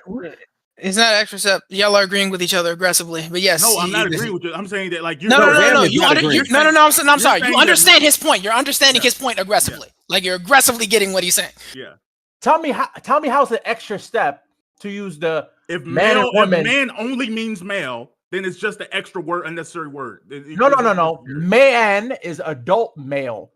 Boy is adolescent or prepubescent male. Damn, I mean, he got me there. Damn, I didn't even think about that. Fuck, he kind of. No, that's how that works. Sure, that's how that works. I'm saying in the context of this conversation, when we were talking about men, when we weren't discussing ages. That I will still use man because it means adult male. Yeah. That's the utility, and it is what he's saying. Cool. But I'm just saying that wasn't relevant to this conversation. You just added that. Like, okay, I thought it was an understood thing that man, adult male. My bad, bro. I thought man is. You're telling me you use man for boy? We're also considering age. Would you call men boy? We don't have to have this conversation. We're not. Age doesn't matter. It's fine. What I'm saying is it not an already understood thing that man? I think you understand. Has age connotated with it? You understand that man means adult male, right? Sure. Good, great. So let's move past this point. Cool. So I'm of the belief that we can, like, there is no, to me, I believe it's a better world to live where men can do whatever the fuck they want, women can do whatever the fuck they want in terms of behavior, and not have to classify it as that's a woman thing, that's a man thing. We could say on average, men do X, and on average, another way. The word means nothing outside of sex and age. That's all you want the words to mean. They want you mean wait. And age. Hey, can I say this another way? Hold on? Let me try and say this another way, right? So I think with where you have like a man, right? What Dream is saying, and what I agree with is that even if you have a man that's in a dress, he doesn't have to then turn around and call himself a woman to be able to accept wearing the dress, and us being able to accept him wearing the dress. He should be able to be a full blown man and wear the dress and be perfectly fine. Sure, that's on top of that, that's a cool little emotional appeal. But I'm saying that, that's not an emotional appeal. We're making life way harder for everybody. No, it's not. It's actually no. It is a harder leap in logic to tell somebody that grown ass man that you just seen in the suit no bam. Let me finish. That was wearing a suit. That now, because he's wearing a dress, he's no longer a grown ass man. He is a woman. Like that's a taller leap in logic. No. Yeah. Also, that's the same person. I would also Batman is Bruce Wayne and Bruce Wayne is Batman. That's shit. I would also like to add, Bam, that your ideology is actually the one that's causing more confusion. Why? Here's why. Because in your ideology and it being promoted, right, you're actually confusing people. Ideology. That is absolutely a lie. A lot of people promote it. There's a lot of people that think like you, Bam. Don't do that. People are trans, but trans people don't map it onto behavior. Did I say anything about trans people? I said people. People in general have this ideology that you have. As my ideology. You don't think that hella people think that there are manly things and there are womanly things. But that's not it outside of this subject matter. Like a lot of people believe the way that you perform and dress. Let me just finish what I'm saying. Right. The ideology is that once you've reached a certain threshold of femininity, you are a woman. Once you reach a certain threshold of masculinity, you are a man. That is a common belief amongst a lot of people. Not saying that it's a majority of any sense. I have no idea. There's no numbers that I can pull up that can demonstrate that. I'm just saying that. I'm just saying that you're not the first person, and you're not going to be the last person. And I've heard a bunch of people say stuff like this, or like things that would affirm that.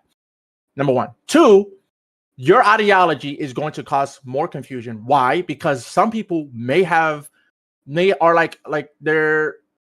internally conflicted because of the norms that they're seeing that is being perpetuated in society and or in their own family, saying like, oh, in order to be a woman, you have to be soft spoken, you have to do the chores around the house, you have to perform as a woman, right? Like that's what you believe. And then so they're gonna look at themselves like, oh, but I thought I was a man. I thought I was a male. I thought that I'm a boy, etc., etc. Oh, I must be a woman according to this logic that I'm seeing that's being perpetuated around me. Oh, now I'm a woman, even though that they were perfectly fine with identifying as a man or a boy while being feminine, but because they're somehow reached the threshold too far, they're being socialized to identify. Yeah, I agree with that. But what's the next part? I'm saying that I don't like that, and I would prefer a world where they're okay with being who they are without having to change their identity to the other side. Let me see if I understand. That's the extra step. You're talking about extra steps. That's the extra step. What's up, Kai? Bam, are you saying RuPaul is a woman? Yeah, and for all intents and purposes, considering. But he identifies as a man in drag. Yes, I'm saying. I'm saying that I understand in the world we live in. I understand the current world we live in. We go by gender identity. We say you are what you say you are, regardless of what actions you do. I'm saying he said he's a man in a dress. So how'd you call him a woman? I said you have to listen to the words that come out of my mouth. The world that we currently live in, the way that we choose gender is people are what they say they are. That's the way that things currently are. You don't have to agree with it. I'm saying this is what things are now. But that's not true. That's not true. That is true. Don't disagree. Oh, you have the point. I'm talking to Kai. Let me talk to Kai. Okay, go ahead. I was about to disagree. I want to disagree with you. Wait. So you don't interrupt me. I'm not talking to you. I'm talking to Kai. You don't interrupt niggas. Let me answer Kai wrong. Let him talk to Kai. So yes, I understand that is the world that we currently exist in. Is that RuPaul says they're a man, so RuPaul is a man. No, that's not why we think RuPaul's a man. Thank you, Kai. RuPaul says he's a man, so that's a man. That's what happens in the world that we exist in right now. Gender is an identity that people choose to. That's why the reason why trans people are legally accepted. Being trans is a legal thing that you can do, that you choose to be trans. And it doesn't. You don't have to perform a certain way. You don't have to behave a certain way. You just are because you say you are. Mm-hmm. I am the best way to define what I'm saying, like without taking it to some weird extreme, is I'm probably closer to a trans medicalist. I'm saying that trans people are trans because they're facing an internal dysphoria that necessarily like leads them to be trans. You're trans because like you really legitimately don't feel comfortable as who you are. Mm-hmm. Like it's not just it's not a choice you make. Like you're not trans. Like I couldn't say that I'm a woman and keep my mustache, keep my goatee, and like say that like I could have kept being a man, but I just decided to change. Like that's the closer reality. But Kai can respond. Hold on. You have Kai can respond to that because you got an internal contradiction. You have an internal. Let Kai respond. Hey, I'm asking Kai a question. No, wait. Let Kai talk, and then we can go afterwards. Tried to circumvent the nigga said I'm asking Kai. I understand that you're taking a trans medical argument, but if you were to take the idea that if I were to put your head, your brain in a woman's body, you would still be yourself. So you would know that you're a man, even though you're in a woman's body. That's wrong. In that instance. So you would feel uncomfortable in the body you're in, and you would want to change that body possibly to more reflect what you feel internally. That's wrong. That doesn't make you less than what you are internally. Kai, you're wrong. Let me tell you why. You don't know. Who's having the conversation here? What about Is this not a panel? I can't respond to what Kai said. My bad. After bam, sure. Like Kai Bear. So look. My bad. I'm sorry. I apologize. Here. So you're saying wait. So you are following to the internal thing. You're talking about the dysphoria. Like I said, yeah, I believe in gender dysphoria is necessary for transness. Like I said, it pushes out to like for the purpose of the panel, it pushes out to a further extreme. No, I'm saying that the conversation, I pushed myself into a further extreme of like, oh, okay, it's people who perform away. But really, what I'm actually saying at a more nuanced place is people who perform that way generally in our society have some form of gender dysphoria. Like, okay, I think there's a pretty high percentage of drag people who eventually end up identifying as trans. Like it's not 100%, but like there's a decent correlation there. So that's what I'm saying. People you don't know that, and that's why question? Because RuPaul is, for all intents and purposes, a man and makes no pretenses that they are not a man, even though they dress in drag and perform as a woman. So wait, question. I guess if you do that, like I said, it's just that's just dumb to me. But yeah, like I wouldn't legally force someone to change their gender. Like I just would. That would come back to the acceptance I don't like, the toleration. So a question. So what say you? So you're now mad that this? Wait, Smooth. Wait, soulless. He said soulless. So wait, no, but a second. So bam. So what would you say if to people who are not necessarily experiencing gender dysphoria, but they're just, for lack of a better way, say it, they're rebellious. They feel that regardless of the fact that they were born this, that, or the third, they want to do what they want to do. They don't necessarily want to be something opposite. They don't think that what they were born as bounds them to anything. They think that is just like its own thing. People. Yeah, I don't like. That's not. I'm not even saying non-binary. Not even. They don't want to identify as a gender they're at, and they don't mean opposite. That's not what they. No. What I'm saying. Wait. Let me clarify. So you have a man that says, I do not believe that being a man means I must like the color blue and must like to work on cars and must like to like sports. That has nothing to do with that. I'm rebellious to that ideology. I'm going to do these things that you guys think are for a woman or effeminate, and I'm still a man. Like I'm against this. I'm rebellious to this. I'm performing this way in your eyes, but I don't think that I'm a woman at all. I actually don't think the shit you think a man should do is what a man has to do.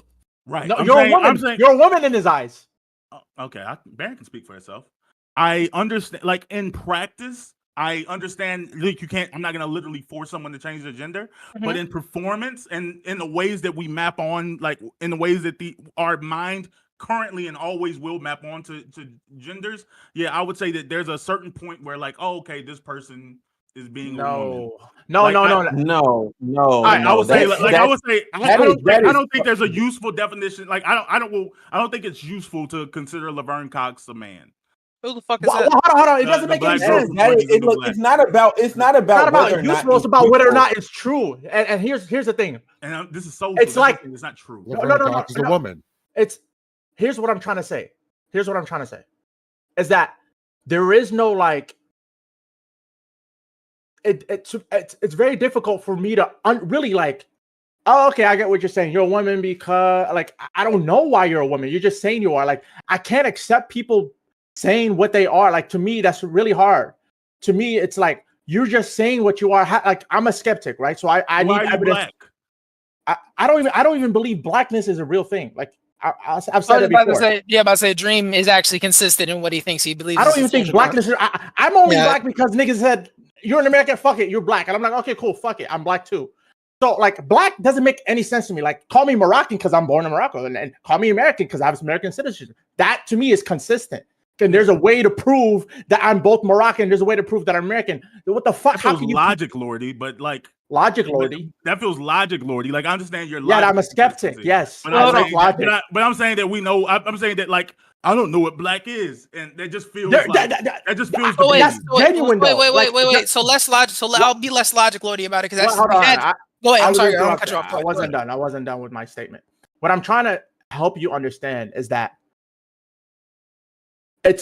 I believe that it's a much more easier accepting world if we just have niggas be whatever the fuck they are biologically and geographically, and just say you are this biologically, you are that geographically, and however you act, you're acting in whatever you're acting. We don't have to essentialize it. Meaning, I'm geographically an American, San Franciscan, Californian, and I'm biologically whatever the fuck you want to call me biologically, right? A man, male. So how would you recategorize sexuality?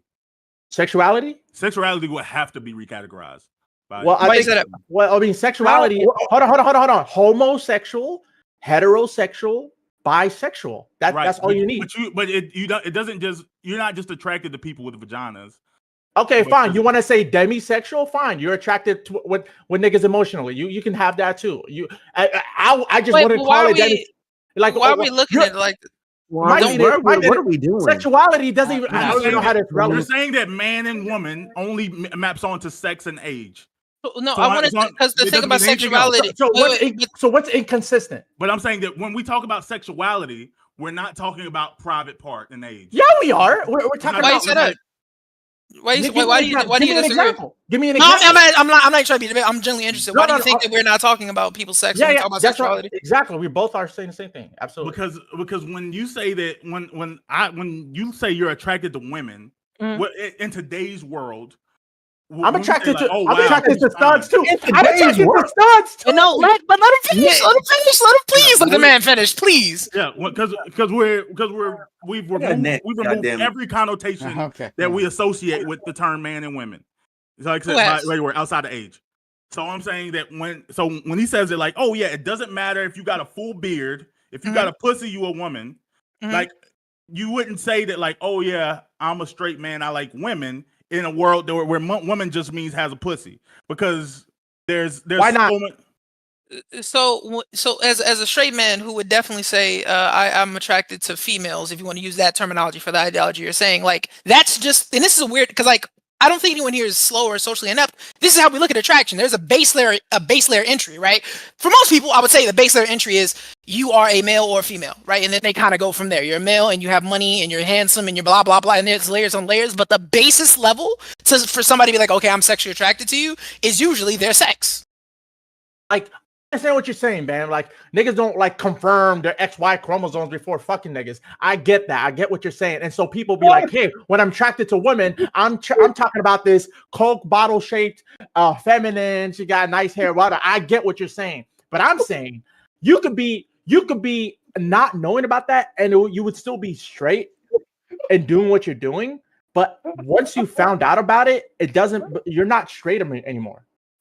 Or rather, you're not straight anymore, but you're not doing a straight act, right? Like, for example, if I had sex with a trans person and I thought they were a woman, and I would be like, cool, I'm having heterosexual sex, right? But as soon as I found out, oh shit, they're not a woman, to me, I'd be like, oh, I just committed a non-heterosexual act, but it doesn't make me not a heterosexual, because at the time I was not aware of that situation. So it's all about what you know and how you stop laughing. You're gonna make me laugh, nigga. God damn it, bro. Stop laughing. You're gonna make me laugh. Let Smooth go, because Smooth been trying to get in here for a while. This is by far some of the dumbest shit. That's what I'm saying. I have ever heard. We're saying that man doesn't mean anything. No, like that's an insult. No, hold on, no, it's me. Smooth gets like 3 words out, and then you guys immediately interrupt him. Please, Smooth. This is so dumb. So look, let's first of all let's keep it a stack, okay? Hi, I'm Smooth. I'm the realist. Okay, so look, bam, you walk into a fucking mall, you see a girl, you're like, oh yeah, she look. Matter of fact, you see Chloe fucking Bailey, right? All right, we know you're fucking. Huh? In Smooth's world, I mean, in Dream's world, I don't know if she's a girl. No, brother. I've already said in my world you can use induction. No. I'm not gonna allow a lie. What the hell is wrong with y'all? Lying ass nigga. You can't keep. No. So listen. Hey. No, you either, Bam. You gotta let Smooth talk. I'm talking this about Smooth. So look. You know who the hell she is, and that's why the reason that no. It's an established person. We know who the fuck she is. We know what she identifies as. That's why I'm using her as a fucking example because you fucking know. So look, you know good and so damn well, if you had that opportunity, you running up on her. Why? Because you as a male want to insert yourself inside her female. That's you. That's you as a fact. That's your baseline. That is your baseline desire. Period. Dot. How would you know that though? No, therefore, no. Therefore, because I know this, he knows this about her or whatever. That's the established reality. That is the baseline of all human interaction. Right. He's advocating for a different. No. That is literally the rawest baseline. Is I look at you, I find you attractive. The girl looks at you. Oh my God, I find you attractive too. Boom, y'all make children. That is literally the baseline of all human existence in society, to include animals and whatever and whatnot. Now, here's the Now, here's where I'm getting messed up on, right, with Bam. Is if not accepting the fact, because there's some level of, with your ideology, y'all are supposed to accept and respect people's like whatever the fuck they say, right? No, by your own that's what you were saying earlier, right? That's not what Bam was saying. Bam was actually saying the exact opposite. He said, if you look like it, you are it. He said, if you look like it, talk like it, walk like a duck, quack like a duck, it's a fucking duck. So hold on. So you're telling me if tomorrow Arnold Schwarzenegger puts on a dress and starts walking around town, you're gonna say, "Oh, he's a woman now." If he passes enough, if he passes enough, he's gonna say. If he had the surgery, if he had the voice change. I'm not telling you what I think. I'm telling you what Bam thinks. I've been fucking listening. Like I've been listening to what Bam thinks. He came late. He came late. That's why. So yeah, I came late. So Bam, that's what you're saying. If Arnold Schwarzenegger does enough surgeries where he looks like an identical copy of Chloe Bailey. Why we gotta use Chloe Bailey?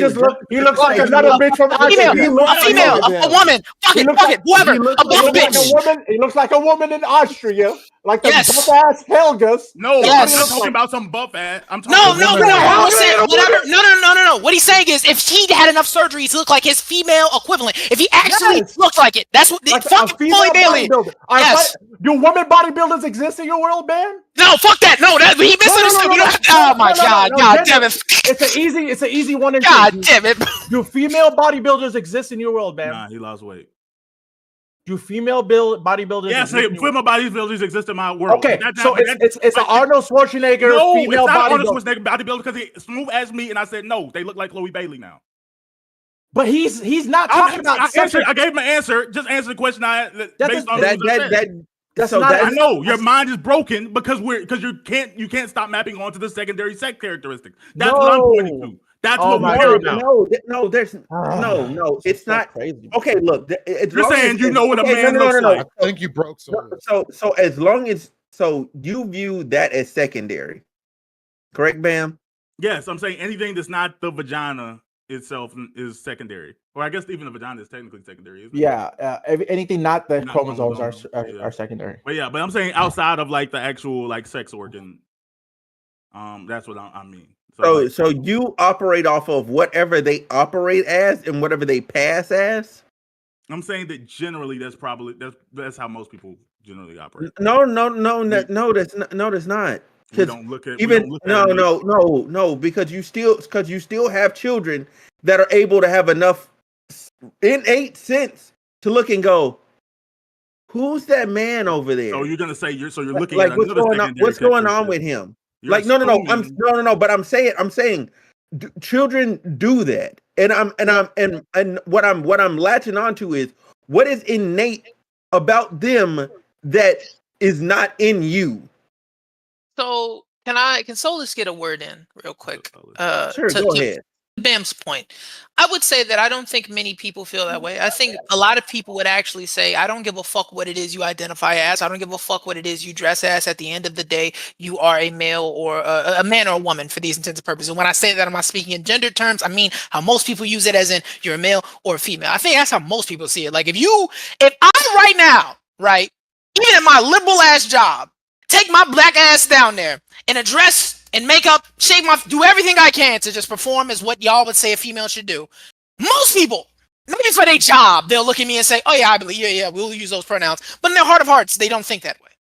Most people don't actually think that way. They actually don't give a fuck what one identifies as. They see them as their biological sex regardless. That's why conversations like this are even prominent, because a lot of people feel that, like, regardless of what your gender may be or what it is you feel internally, your biological sex rules all. No, the reason why I'm having a conversation that works like towards a future. The reason this feels so like, duh, we know what a man and a woman is now, is because of where we currently stand, where we currently are with surgeries. I'm saying that things are going to keep improving, and we're going to hit a world where you legitimately cannot tell by looking at someone whether they're a man or woman. That's the point I'm talking about. Or the chin or the throat. Yes. But smooth. I'm saying I'm just dealing with smooth. That world is not coming, bro. That world. No. There are genuinely girls right now, because they've had prepubescent surgery, or men right now that have prepubescent surgery. Even you know what you're saying. Your brain is trying to tell you that you see girls. Right. It's okay. I've already said it's okay for me to make mistakes, because that's how the brains and how humans act. They try to use patterns to have assumptions. Like I said, we use the power of induction to make assumptions and try to make sense of what the world is. That's why a lot of people believe in religion, because they try to say, oh, look at all this shit around me. Somebody had to make that shit up. Just because people use induction and try to make assumptions doesn't mean that their induction and their assumptions are true. Even with myself, I'm realizing this within myself, saying like, yes, I use secondary characteristics to identify what is a woman and what is a man, because I'm using like induction. I'm using like what's typically the case. So I'm going to be right 99% of the time. And the 1% that I'm wrong, I'm okay with being wrong. And the way I know I'm wrong, is by asking them, or them telling me that, hey, I'm trans, or actually my biology is this way. I fully wholeheartedly believe that everybody at the end of the day knows. It's that funny feeling you get when you're telling yourself this is a thing, but you're also going, something's not right. Like it's not. What I'm saying is what I'm saying is, like, you're in your head, you're going, oh, this is this, but you're looking at, and you're like, it's not quite right though. Yeah, so like there's something. It's not that it's not to say that it's wrong necessarily. It's you in your head going double. I haven't said anything. You identify. Go ahead, man. Okay, so I mean, not man. Prom. No, don't worry about it, man. I haven't said anything, but the world that and this wasn't the debate I wanted to have. I actually did not have a translate. It's not the point of the question I asked originally at all. Oh, okay. Thank God, because I was like, why are we here? That don't mean he's not ready. No, don't do that. That don't mean he's not ready to fight, bro. Don't think he ain't got that clip loaded. I've always wanted to have this conversation with you. I'm gonna say my words, right? So I don't. The world that Bam is talking about, where sorry, I'm hearing an echo. Is that me?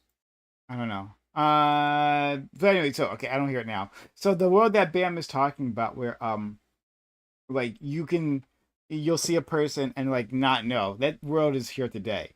It happens all the time, right? Yeah. Now it depends, like on when they first had surgery, like what age that happened, and like it also what they had to work with previously, right? There's some people who are just like, like a person's really masculine, right? And like there's not only so much you can do about that with their body type, but still there are plenty of examples of trans individuals who are like indistinguishable, right? You just can't tell, and the way we draw these conclusions are through secondary sex characteristics, like our friend Bam was talking about. Yep.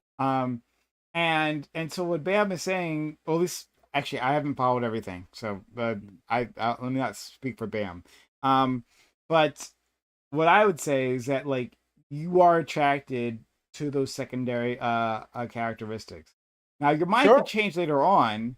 When you discover a person's past, these things affect how you feel about another person, right? Like if we're talking about their actions, like, oh, this person like used to be an ex-murderer. No. Right? Like even finding the knowledge, like just finding out that they're trans could be the difference. Yeah. So like if you find out a person, did like horrible things in the past, like, okay, well, I can still have a physical attraction to this person, but like I'm not like, I don't want to be with this person because they don't meet a certain level of criteria.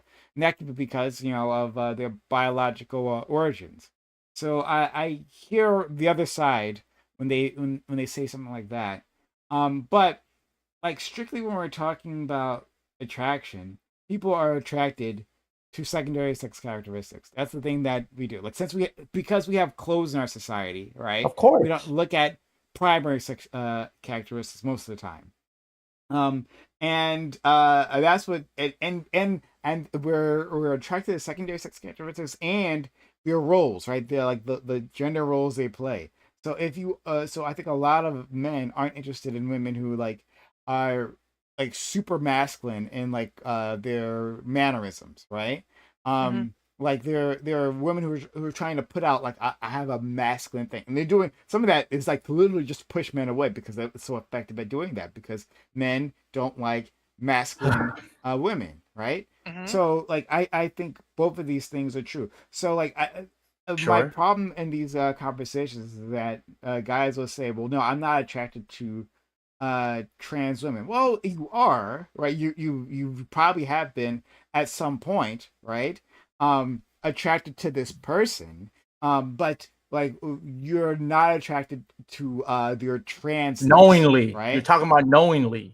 There's a difference between being attracted and then knowingly. So that's what I would say. I haven't been like, because I don't like surgery or anything like that. So like even a cis woman, I would think like, hey, that's an attractive cis woman. They look pretty natural. And then I lose attraction when I find out, hey, they've had like extensive surgery, being part of, and that's like necessarily going to be the case with trans people. So like that would be like one of the main reasons why I lose attraction with trans people, because I'm like, oh, you are not the way you came to your body is in an unnatural sense, and I'm somebody that has an innate value of natural bodies. That being said, right, like what Prime just said, everything you said is like aligns with everything I'm saying, and I'm like I'm really happy that what you said. Two, I would like to add that there's something when it comes to the attraction amongst trans people is about, you're attracted initially, and then you've like the knowledge is what changes.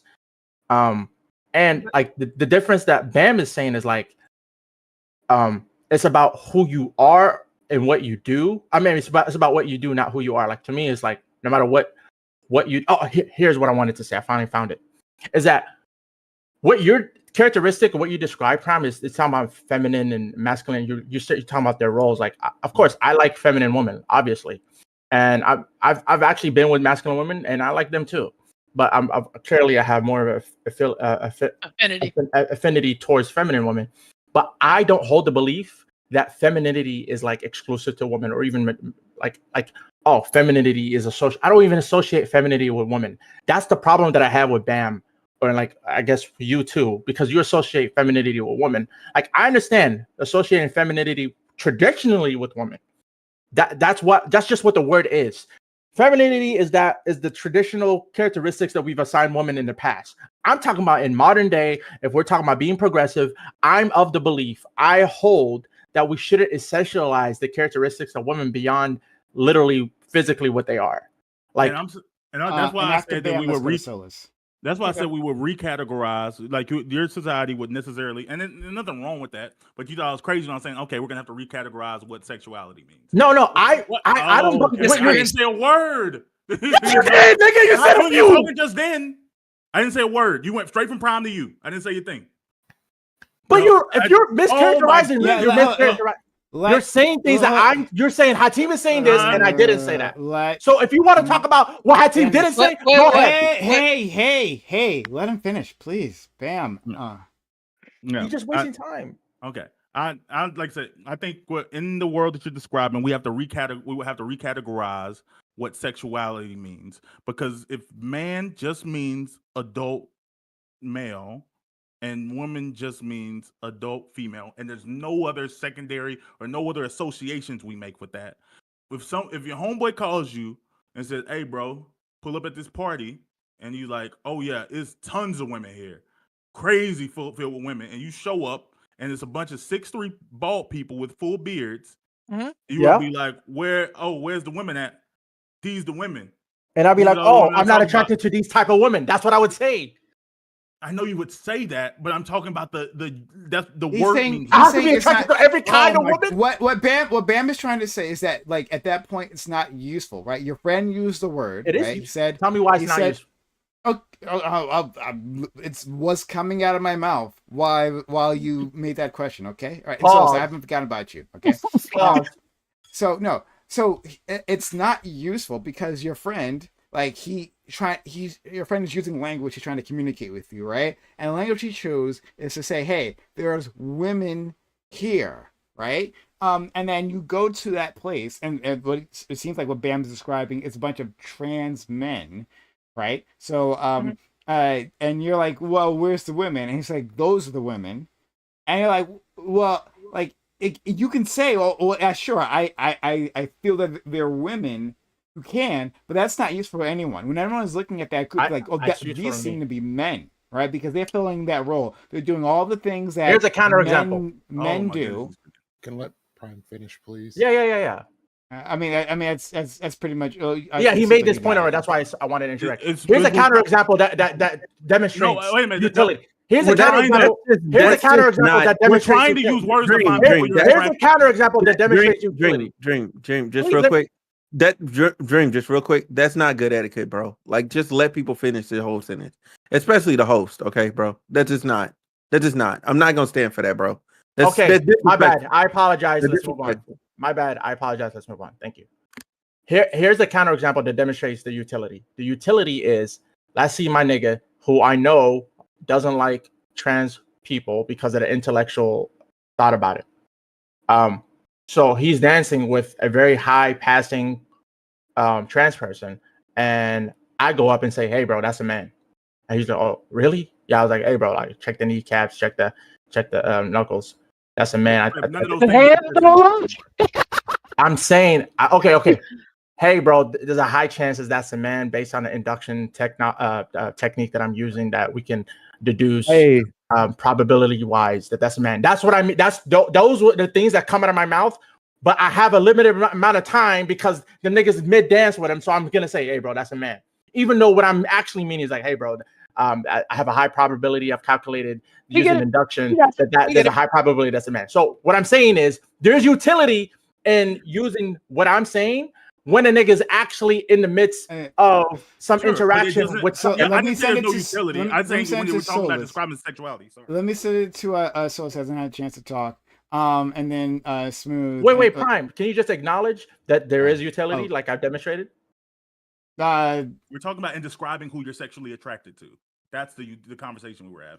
You said there is no utility. Let me go to Solus. I demonstrated utility. Solus the ball. I've been trying to be so goddamn disrespectful. Anyway, I've been trying to be respectful, but I really want to say, nigga, shut the fuck up. He said Solus. Anyway, check this out. So I'll do a double whammy, bro. I'll score twice in this one go. I wanted to ask a question. Do not get lost in this. We're gonna answer this on the back end since y'all nigga took us to this tangent. I wanted to ask, do y'all think that it is actually to be attracted to somebody if I'm literally only attracted to you because I think you're something you're not? In the case of what Ben brought up, if I said I'm attracted to it, if somebody said I'm attracted to a trans person, and the only reason they're saying that is because they think that trans person is the sex that they are not, would you feel that is actually attraction? Second point, to Ben's point about the whole shit about describing people's sexuality, I say two things. Even in the example you gave, I think that's a bit disingenuous because I think what that person should have said is there's a bunch of ugly women here. Now that would have been fair. That would have been fair.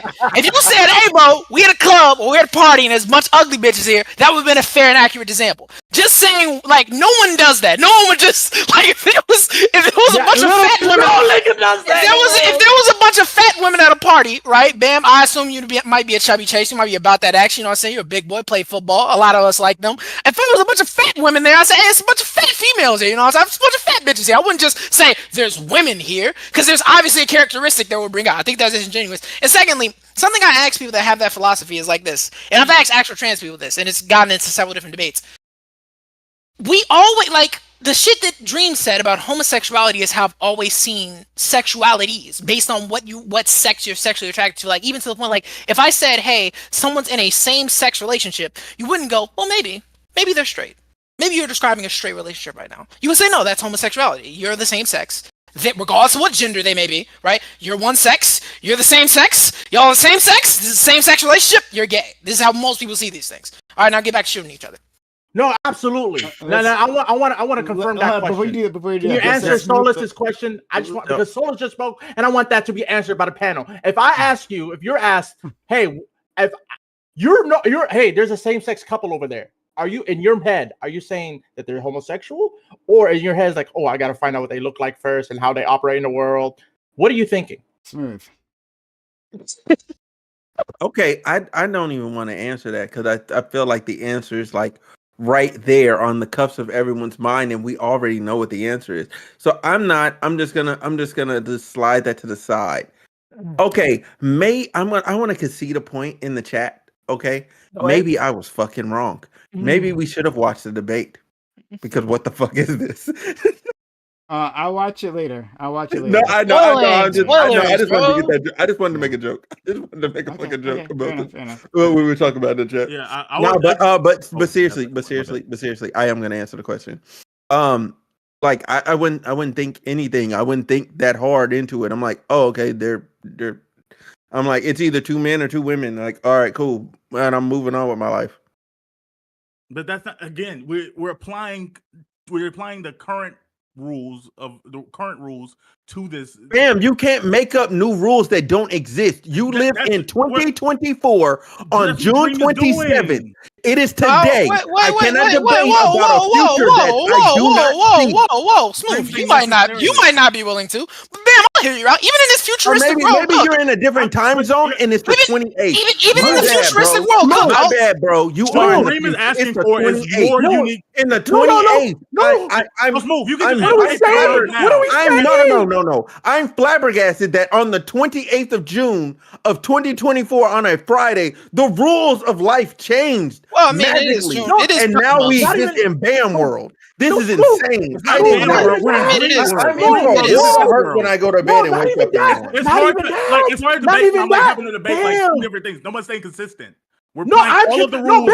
You just demonstrated inconsistency. Bam, you just demonstrated inconsistency. I've been the same this whole conversation. I've been the same. But bam, you just demonstrated inconsistency. Here's how you've demonstrated inconsistency.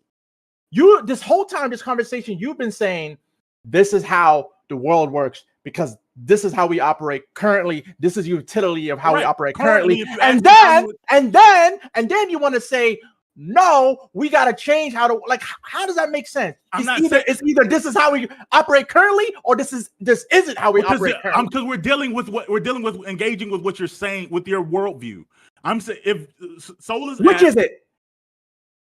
Solus asked, what would you do if today, in today's world, someone said there was a gay couple or a same-sex couple at the bar? In today's world, I would look over and I would expect to see two people who perform gender similarly. But would you assume they are homosexual people? That's what the Olympics in that sentence. No, relax, everybody. Here's my question. It's okay. Y'all can shoot them later. But I'm saying you would assume, regardless of that they're homosexual, right? You don't know nothing of their gender. All you know is yes. Okay, but in the future, you would feel in a different world that means something completely different. If in Dream's world where man means nothing and woman means nothing.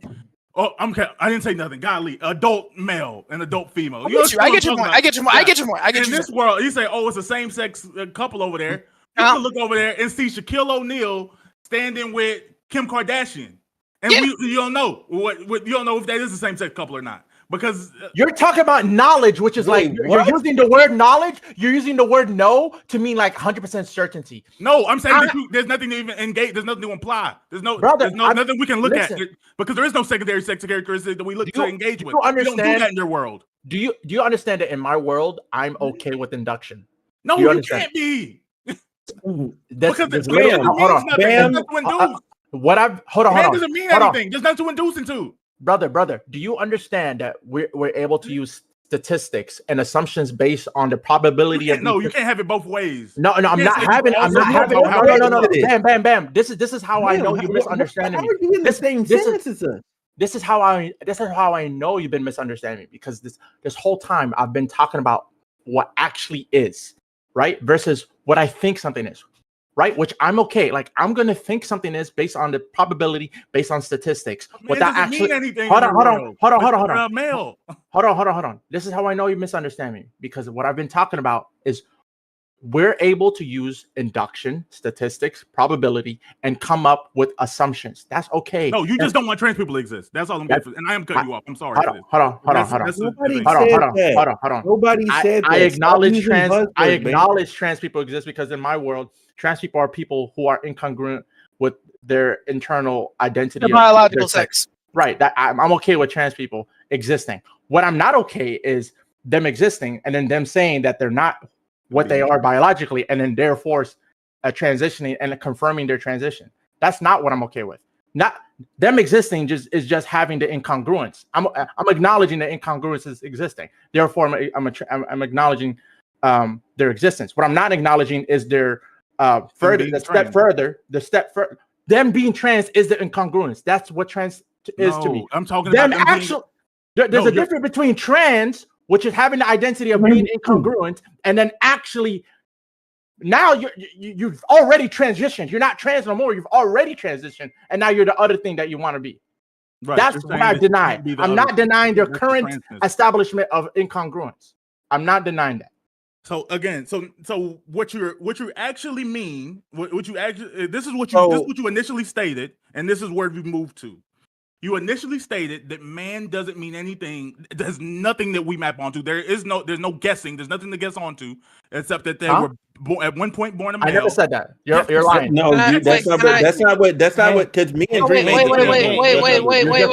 Can Solus can a voice of reason and try to like give a better assumption of what Dream said? I think Dream was more so saying ultimately, right, above all else in this world. No, right. But that's why I'm saying that this is where he started. He didn't start where he's ultimately at. He said that man shouldn't mean anything other than an adult male, and woman shouldn't mean anything at all in this world other than adult female. And now he's moved about. Wait a minute. I'm just you can correct me because I'm talking. I am giving your position.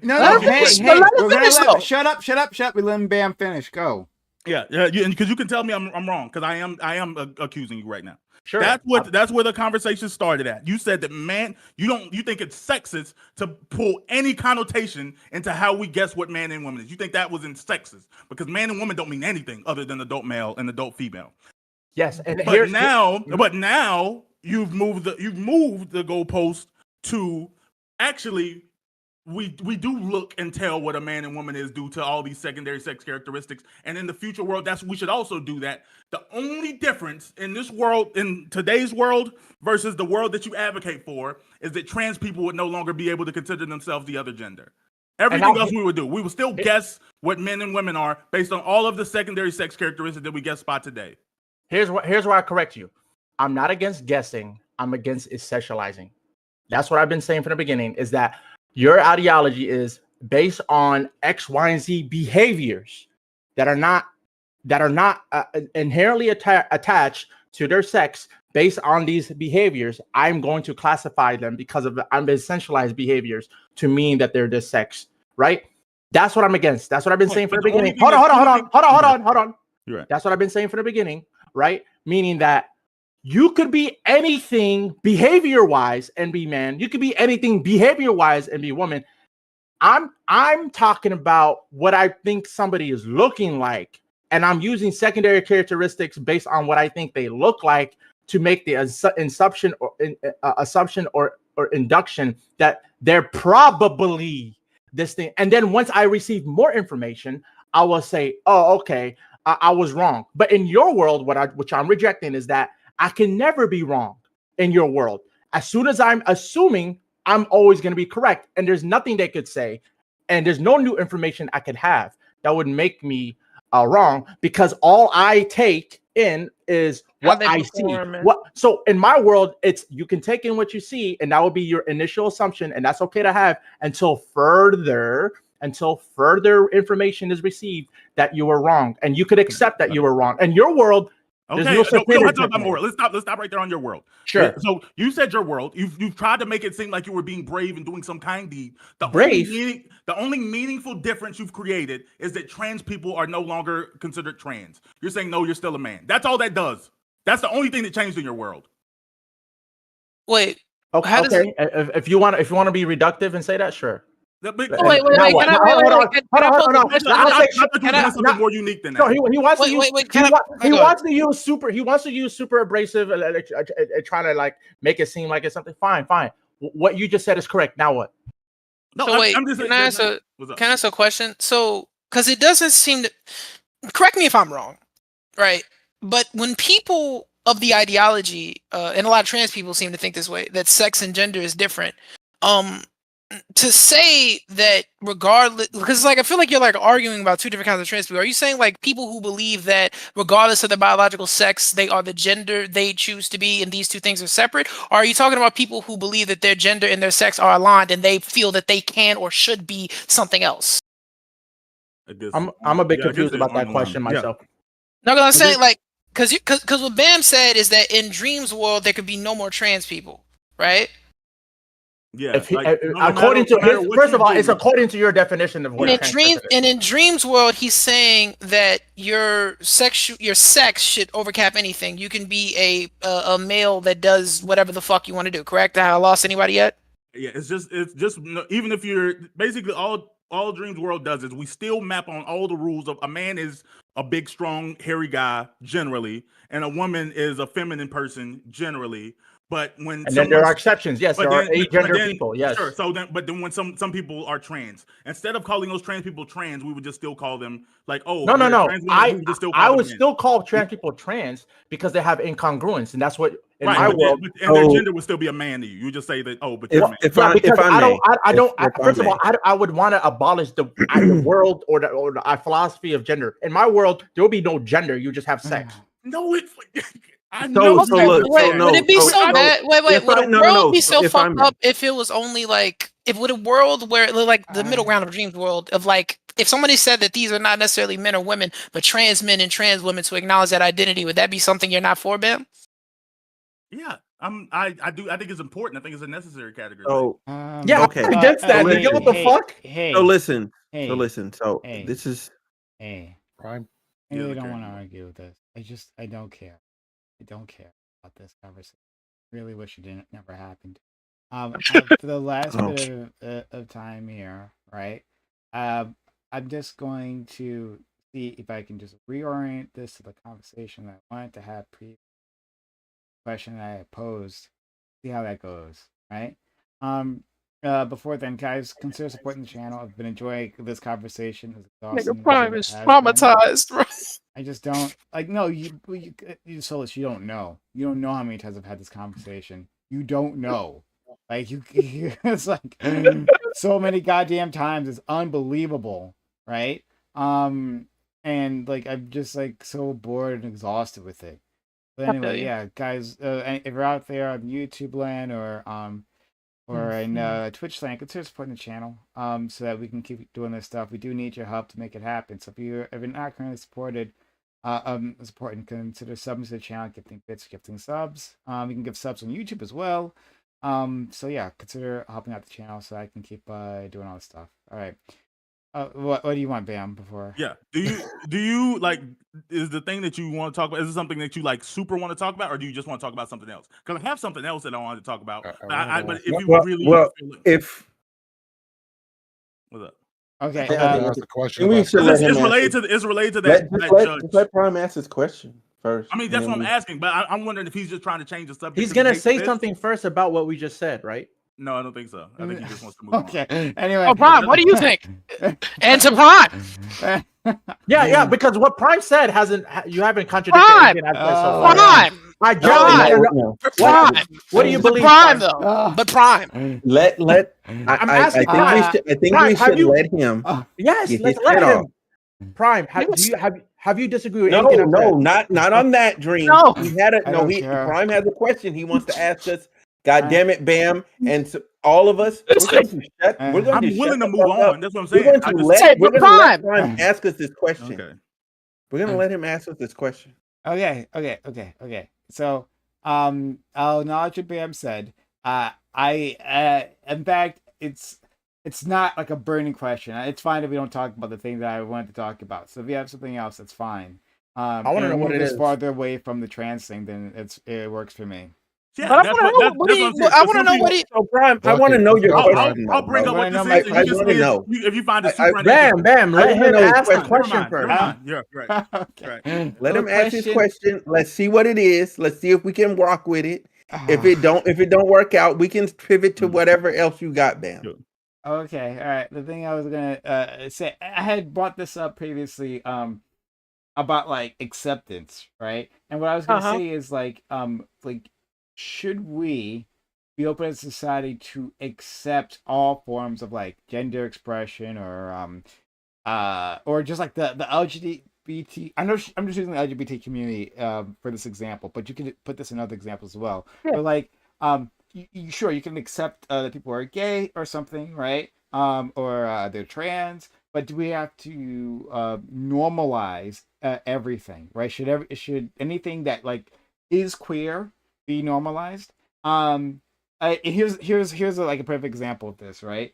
When the Victoria's Secret campaign, like when they tried to change it to like like a all women are beautiful type thing, right? And they used people who like were all different shapes and sizes, but also people who were like genderqueer, right? And those were their models. Should we try to normalize that and say like, oh, that's beautiful now? Or should we be able to draw lines and saying, okay, well, we acknowledge you as a person, well, you can be what you want to be, but like this thing, like normality or beauty, like this is there's a box here and you're outside of that box. Can I go first? Go ahead. Go ahead. Okay, so first thing I want to say is I find it ironic that the Victorian Secret models themselves tricked themselves out of a job. Like if you go back in time and look at the Discord around when all this was going on, they actually tricked themselves out of a job, which is insane to me. Now,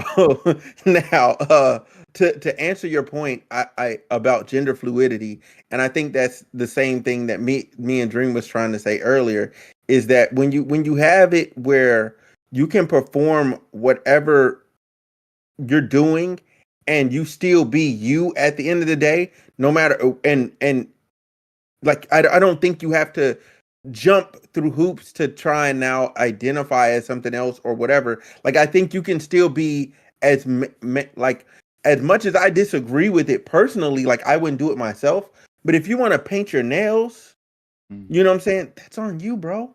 Like that's you. Like you can do whatever you want to. You know what I'm saying? Like, you can still do that and still be a man. Your son can play with Barbie dolls and do that and still be considered a man. You want to know why?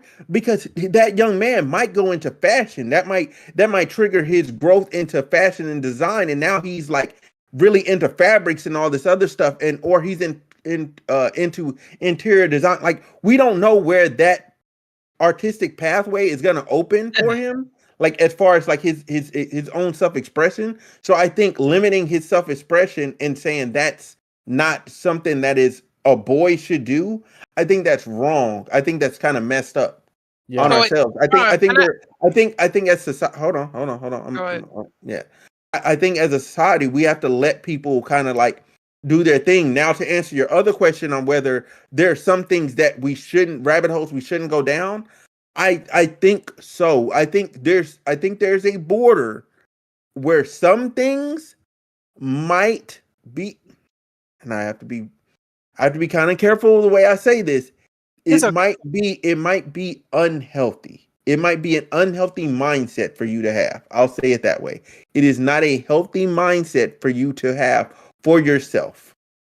I think it pushes you into a place where you now have to wake up every day, and anytime you have to lie to yourself in the mirror to feel better, I don't think it's good. Prime, I don't think it's good. I would ask what is it? No, I'm not saying no. Now, hold on. I'm not saying that trans people don't exist. No, I'm not talking about that. I'm talking about other ideologies. Because trans to me is a bit more like it's been around long enough to where I see where people are trying to go, and that's not that extreme to me. There are some other elements of and I can't get there.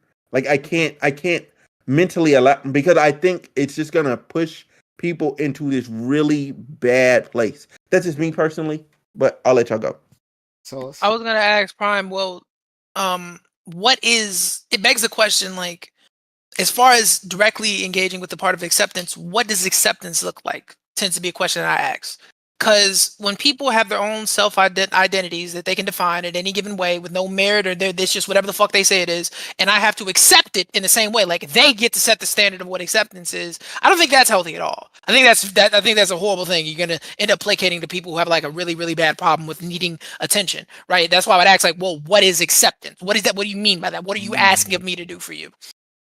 Technically, it raises the question, I think. I think it's a good question. Like, I'm sorry, are you asking me that question, or just like a rhetorical? Yeah, that's what I'm asking. Like in this, what we're talking about, what does acceptance look like? What is it that these people are asking of us? Yeah, so like, that's a good question, and I'm trying to like leave it a bit open, right? Like that's why I brought in that campaign, because now we have billboards. Right, not with like the classic, like Victoria's Secret model, the one that you think of when you think of a Victoria's Secret model, right?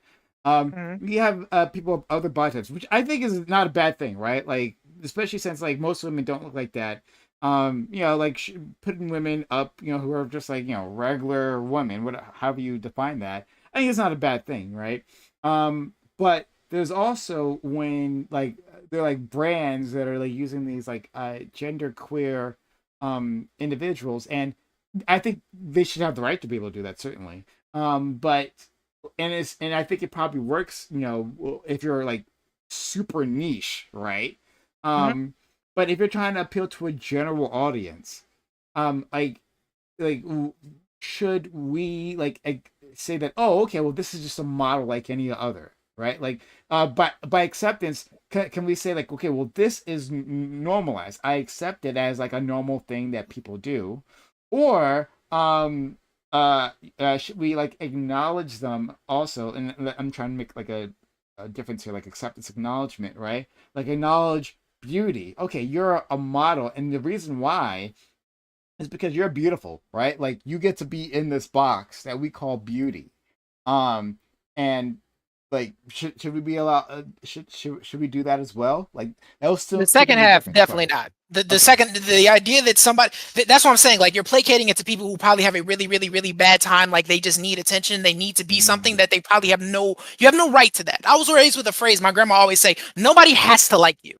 That is not, it's not some God-given right that you woke up one day and people just have to like you. That's not, as long as no one is disrespecting you, as long as you get common human decency and you're respected in that regard, everything after that is that you're not entitled to it. No one, right, not even people we consider beautiful, is like entitled to be viewed that way, right? Into the first part, I think people do this weird thing. I was talking this about my friend, and we were talking about hip hop. We were talking about the Kendrick Lamar record, "They're Not Like Us," and we were having a conversation about like identity and shit and elitism. We were talking like, if you've ever been the us and the "they're not like us," you're probably gonna look at these things differently, right? I think people have this weird thing where they want to not be normal, respected for not being normal, but also want you to treat them like they're normal. And I don't think you can have both of those at the same time.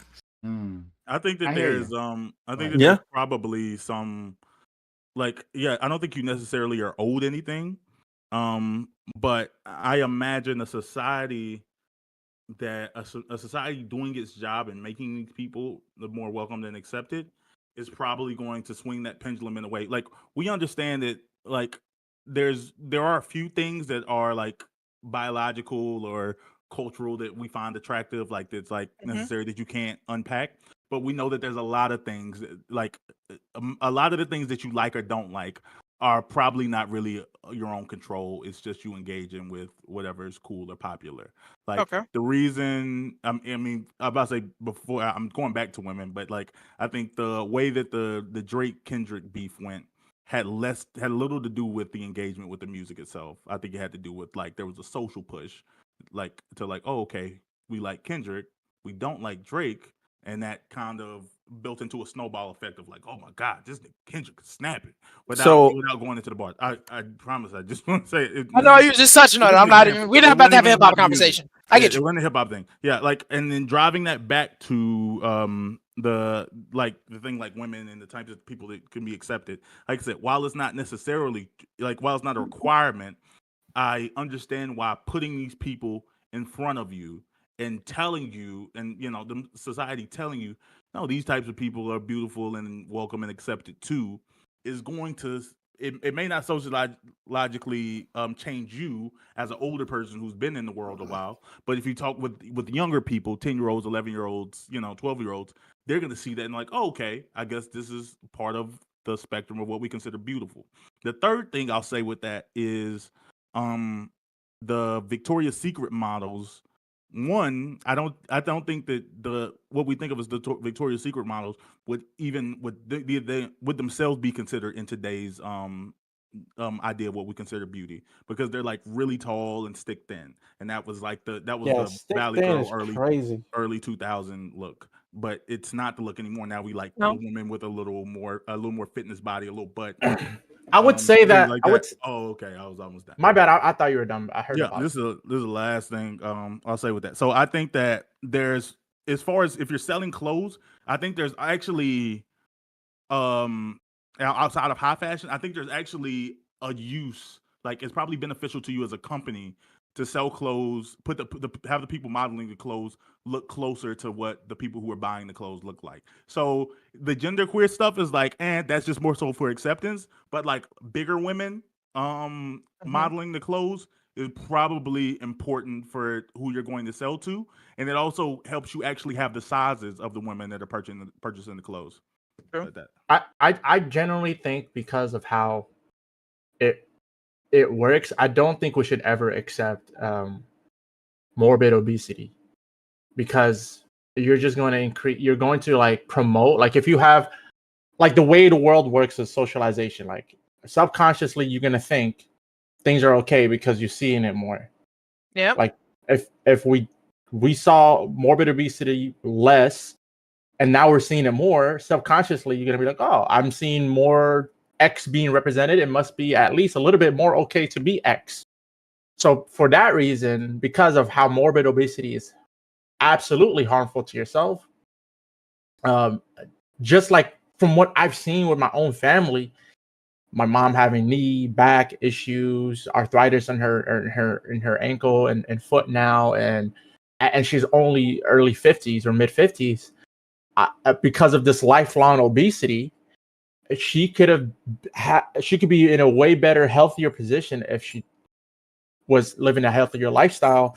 And I'm like, the job of fashion brands, you think? I'm not saying it's the job of them. I'm saying that this is a preferred world that I would like to see. Whether or not it's a realistic thing is another story. Whether or not it's their job it's another story. I'm just telling you. Well, I'm sorry. Then I may have asked the wrong question. I'm saying like, because I had this conversation with fat people. Hi, I'm a fat person. When you give fat people representation in clothing, is that actually accepting them in the sense that like promoting it, or is that just like acknowledging, well, there's fat people need to wear clothes? I think it's normalizing it because in terms of like putting them on ads, putting them on TV, putting them on whatever, for millions of people to see, you're absolutely normalizing it to the fact that, oh, look, fat person can be hella successful doing X, Y, and Z. So I don't necessarily fat, because I'm sure that what Solstice is fat and what you are thinking is fat different, and like that might be. Like, I'm a bit confused. I'm a bit confused because I was asked a question and I'm interrupting during mid answer. What are you asking, Prime? Yeah. Just that, like, and just move. We'll get to you next. I acknowledge you, buddy. That I'm saying, like, it might be useful if we like figure out what you both mean by fat, because I feel like in these every time like fat will come up, like one person is thinking about morbidly obese, like, you know, like 6 months to live, sure. And then the other person is like, oh, I'm just like a bigger sized woman, you know? Right. And I'm not talking about like curvy or your average. Yeah, I'm not talking about curvy where she has a fat ass. I'm talking about morbid obese where she got like the auntie arm, that kind of morbid obesity. Right. Not based on aesthetics, but based on actually health, not just how it sits, but like your weight is not conducive. Like, okay.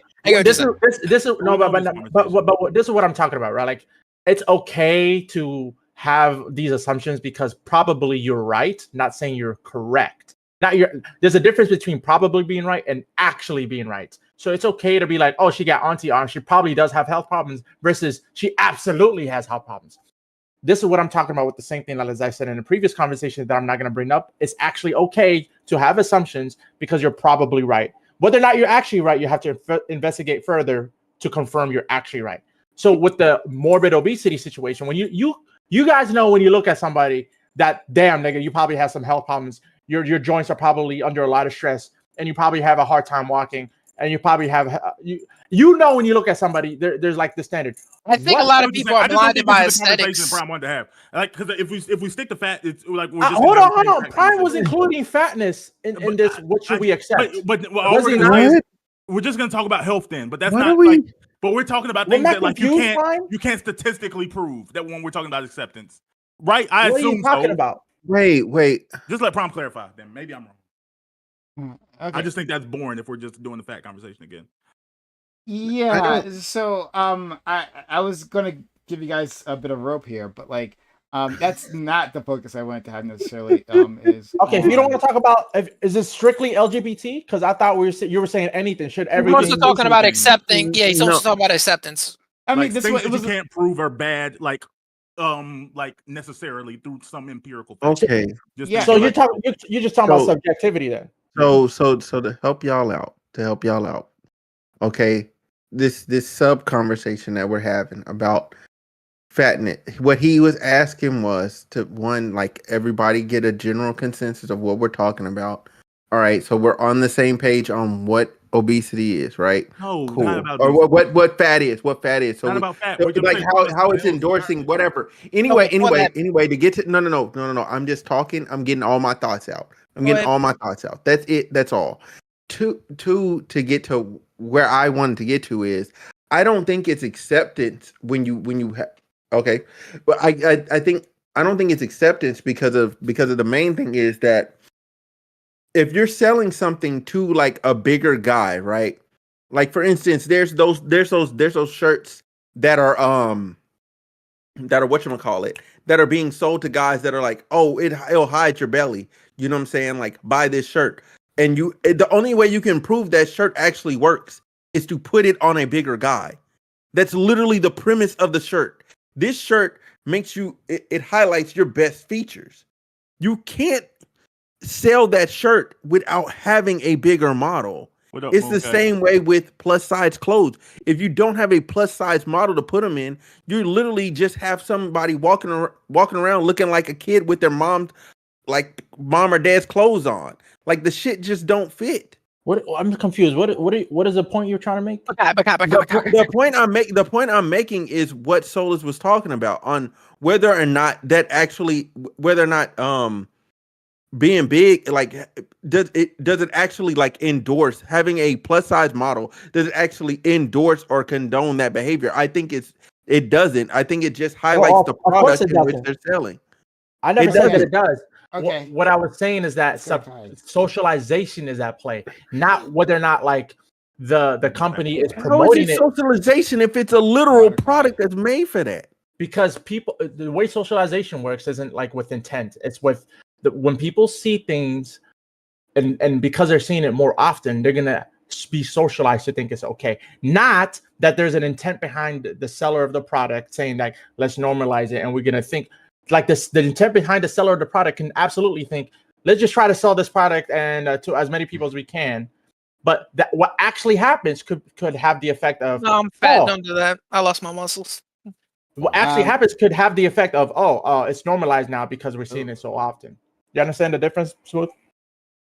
So just gonna do the conversation. The idea that we can have different views of beauty should be normalized in general. Which is why I like what Bam was saying, like how in certain decades, being real thin and tall was considered a quality a model should have. This has distorted people's visions of beauty for decades and decades and caused many issues among people. You can be attracted to literally anything. People can like larger women. People can like smaller women. This is something that can be done. So there should be a spectrum put out for everybody to be able to enjoy without the media telling us what we should or should not appreciate physically.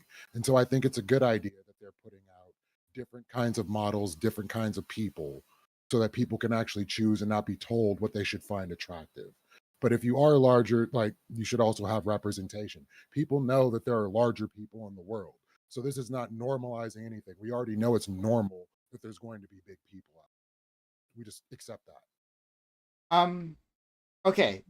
So all right, so let me give you an example that was in my head, right? And it just came up recently. Caitlyn Jenner, right? Oh, go back to trans people. It's June. Get used to it, buddy. Nigga said, let's get off. Hey, it's fucking Prime. It's their month, buddy. You shut up. Now go ahead, Prime. It's not. What about men's mental health? The point is not to debate their transness. I promise. Like, I don't want to have a trans debate on like whether they are a man or woman, whatever. Right? That's not the point. It's this idea of beauty. When Caitlyn Jenner like first showed up, like came out in their final form. Like they were on magazine covers and everything, and we had like a bunch of like hosts on TV saying she's beautiful, she's so beautiful. I'm like, what? I was always like, I don't understand this. I felt like we're being like a mass gaslit in this moment.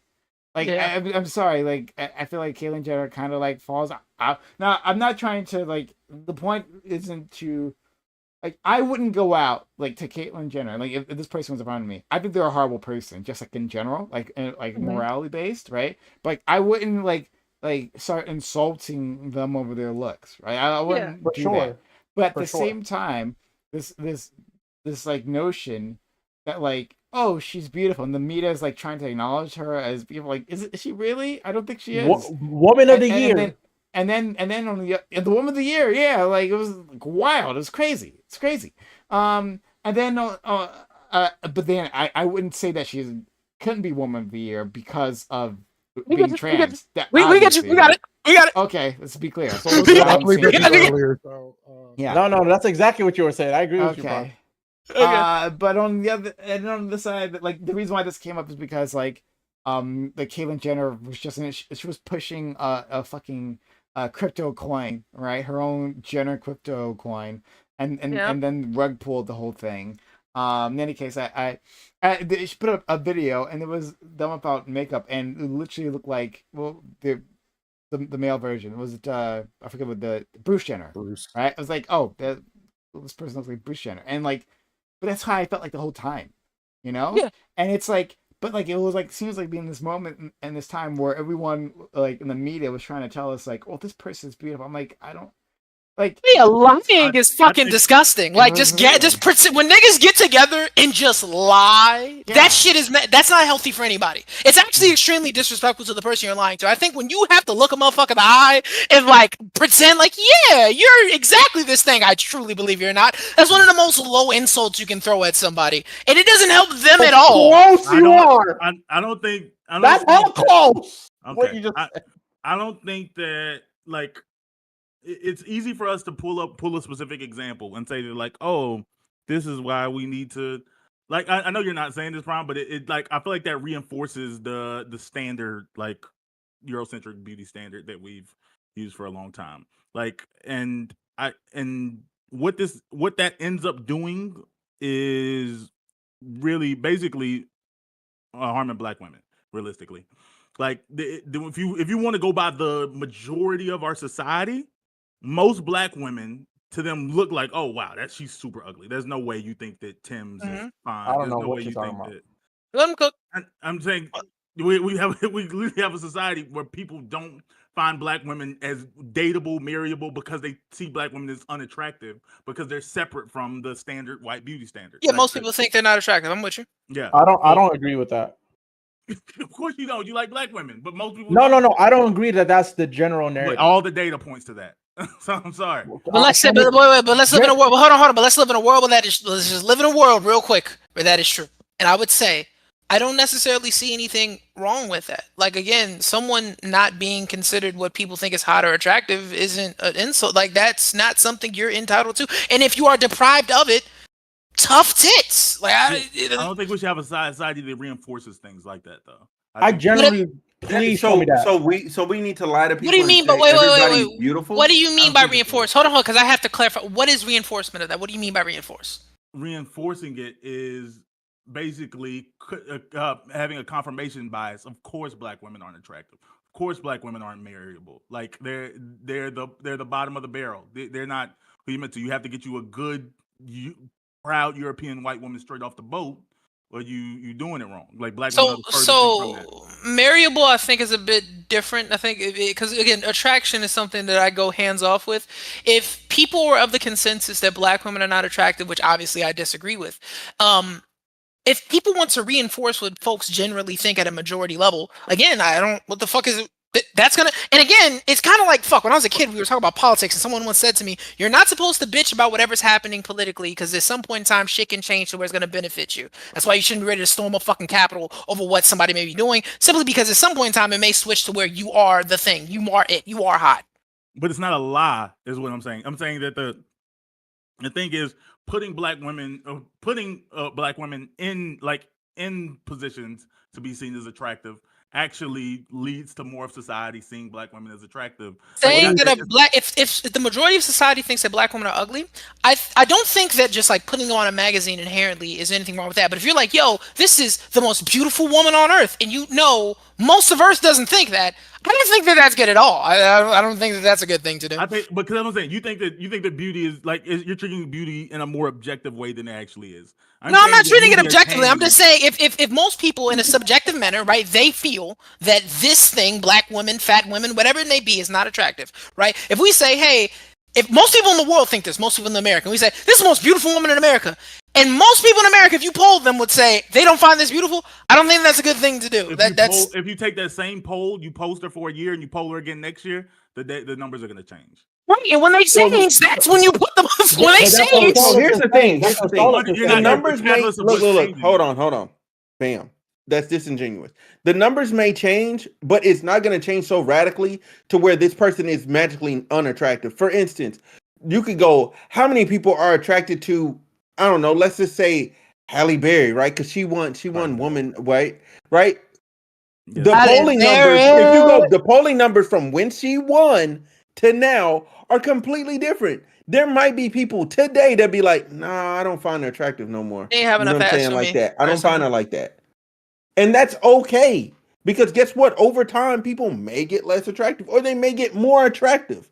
It's okay. It is a scale. And again, I think that you should be able to put people in positions, right? That's fine. But again, when you're like, hey, I know that most of the world doesn't think this, but I'm going to sit up here and say this thing that I know most people. Yeah, this is the most beautiful woman on earth when you know most people in the environment you're in don't think that. That doesn't make any sense to me. Because, what you're saying is doing that is the catalyst that changes things. Putting people in positions like you think if we say okay, no, my nigga, no. It's not an objective thing. But if we wait, man, let me ask you a good faith question. Hold on, wait, pause. Because I think I know where Ben's about to go with this. If you're talking about children, I might be leaning towards what you're saying. But if you're saying that when Caitlyn Jenner was made, woman no consent. If you because if you present a beauty standard to kids, I don't know the fucking science of kids. Maybe that will. In my opening thing, I even said younger people. Sure, you may have been reinforced by decades and decades of what you're gonna believe. But I'm saying that with the younger people, when you put people in positions, it changes the way we societally see them. Black people were seen, or black people are still seen as unintelligent and incapable. Barack Obama, just being president, he didn't have to be unique. He just had to prove that he could do the job. Changed a lot of people in America, a lot of people who didn't interact with black people's perception of what black people were capable of generally. Even if they still don't like black people, they'd be like, well, yeah, I guess a nigga could be president. I thought the nigga was going to be up there drinking Hennessy but they figure, some black people are actually really well-spoken. They know how to do that thing. And just the representation of him being there shifted perspectives. It didn't shift everyone. It didn't shift the 80-year-old super racist ex-Klan member. I'm with you. But yeah, there's a lot of younger people. But what you're talking about with capability is more objectively gauged than people's subjective way they look at beauty. I think attraction is probably. Then I think real quick. Then I think that. So wait, Bam. What I would say is, are you saying that because Caitlyn Jenner is a dog shit example of what Bam is saying, but if I got an extremely the baddest trans bitch to ever walk the face of Transylvania, right? I got this motherfucker is the cream of the crop, and I put them in front of people. You're saying that younger folks might be like, oh, there can be that. There can be absolutely beautiful trans women. Yeah. Okay, I'm not gonna. Well, I'm not gonna fight. I mean, I call that. I think that's fucked up. I think that's fucked up. I think that's programming. Well, yeah, everyone's programmed. That's what I'm saying. You don't think? I don't know that there's programming. If I say, "Hey, this exists," I don't think that that's programming anybody. I think if you're just letting people come across something, that's cool. I think if you're putting it in front of people's face, I think that's programming. What do you think marketing is? Explain what that is. Yeah, that's marketing. No. Marketing is fine. That's different to me than you literally yourself going, we're gonna grab this thing, we're gonna chicken or egg this. We're gonna chicken or egg the fuck out of this conversation. I can feel it. It sounds like what you're saying is that well, these people have been excluded in the past, from our public sphere, and now you're including them in our public sphere, and that means people are going to see them, and so that's a problem. That's what it sounds like you're saying, Smooth. If they want to see them, I'm in. Okay, but they would say that. Laverne Cox, what does it sound like I'm saying? It sounds like you're. Okay, let's use example of Laverne Cox. Is Laverne Cox her being an actress, right? You know who she is, right? Correct, Laverne Cox. Okay, I'm not ringing a bell. Okay, Orange is the New Black. Yeah, she was in Orange. Okay, so you didn't watch it. I didn't watch it at all. Just Google this woman, Laverne Cox. Right, this is a black trans woman. Do you have a different woman? Laverne Cox is the one I'm going to use because she's useful for this specific example. She's an actress. So just Google that word. But anyway, she's this black actress, and she's been successful, right? She's been in a few things, and her name is well known. In any case, right? Does she have the weird things on her head? What? I don't know. No, different person. I know you're talking about a different person. No. I don't know what you're referring to. You'll have to Google Laverne Cox. LAVERNE space COX. Laverne Cox. You can just Google it. All in time. Somebody just drop an image in the chat, please. Yeah, you put it up on the screen. Okay, there you go. You get one closer for her face. Bam. Okay, I thought I was gonna be able to just go from next, but I guess yeah, use the one on the right with her face. You can kind of tell. That's not her. That's Laverne Cox. Yeah, Laverne Cox. You can tell though. We're not questioning if she's trans or not. I don't know why you keep having that conversation. Yeah. Damn, that bitch got big. That was her. I don't know. Yeah, I don't think all of them are Laverne Cox. Okay, but yeah. But that was Laverne Cox. In any case, here's the point, right? So this woman has been on a bunch of shows, right? Yep. But before, like, her being trans would have excluded her. Mm-hmm. Right? Now, are you saying that now including her and a bunch of stuff, she's been in a bunch of TV shows, and I think in some movies too, right? Like, this is putting it in front of people's faces and like trying to change their mind or whatever wording you used? No, I would not say that because she went up for a job. She was the best at doing the job and she got the role. That's it, plain and simple. Well, they as long as that's the case, that's fine. You know what I'm saying? Like I don't see anything objectively wrong with that. The person went up for a job, they won the role. Okay, then what was wrong? The thing that you were trying to point to. So the thing that I'm talking about is if you take somebody and by no merit or no standard or no marketing of any product, you then you didn't take them and you just place them in front of people and you're like, this is a beauty. Give us a real life example of that. A real life example of that? I don't know. I don't. Caleb was beautiful for years. What are you talking about? Huh? Even Caitlyn Jenner got put in. That wasn't just because they were a stranger. It's because Bruce Jenner was an Olympian. Yeah. Man, nigga, they tried to tell us that Caitlyn Jenner was beautiful for Matt. Yo, guys. No, the woman of the year thing was insulting. They weren't the first trans person ever. They No. What I'm saying is talking about a real life example where you're just grabbing a motherfucker and saying, "Hey, this is beautiful." Caitlyn Jenner was that. They did that to us. They dead ass tried to make it, bro, fam. But y'all was there. What are we talking about? Fuck the transes, fuck all that. I'm saying, did y'all not remember they tried to make it like Caitlyn Jenner is beautiful? Yeah, they did. But that wasn't. But they didn't pick them at random. They gave Caitlyn Jenner a spread. Like that's fucking. Okay, I can know because he's saying it random. Fucking. Who did anything at random? Nobody. That was who's arguing. Saying. Wait, Smooth is saying. Like we shouldn't let random. No, we shouldn't be random. Like Smooth. What do you mean by Smooth? What do you mean by random? What do you mean by random? I guess my whole thing was I was going counter to the premise of putting these people in, like literally taking somebody that children don't normally see and just placing them in front of children. Like that's the only thing I was arguing against. That's it. That's all I said. Okay, like I'm saying, if the child comes across this, if this is their natural daily life, like cool. Hey, this is this person. But the natural daily life is curated. Not to then grab because I was going with what Solus was saying. He was like, "Yeah, we got this person and we put this person in front of." Okay. So we have a white community, and I'm very. I know where they're about to go with this. I can see it already. So we have a white community. Young people go, children go. I'm trying to work with you here. So we got a white community, right? And it's just white people living there, right? Maybe a few black people.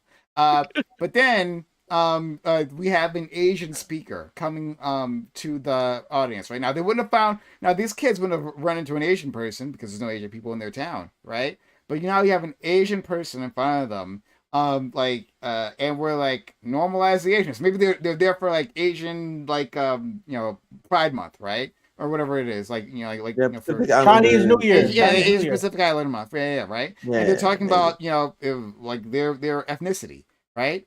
Would that be just putting it in front of a child, putting a person in front of a child and getting them to accept the thing? No, that's an educational purpose.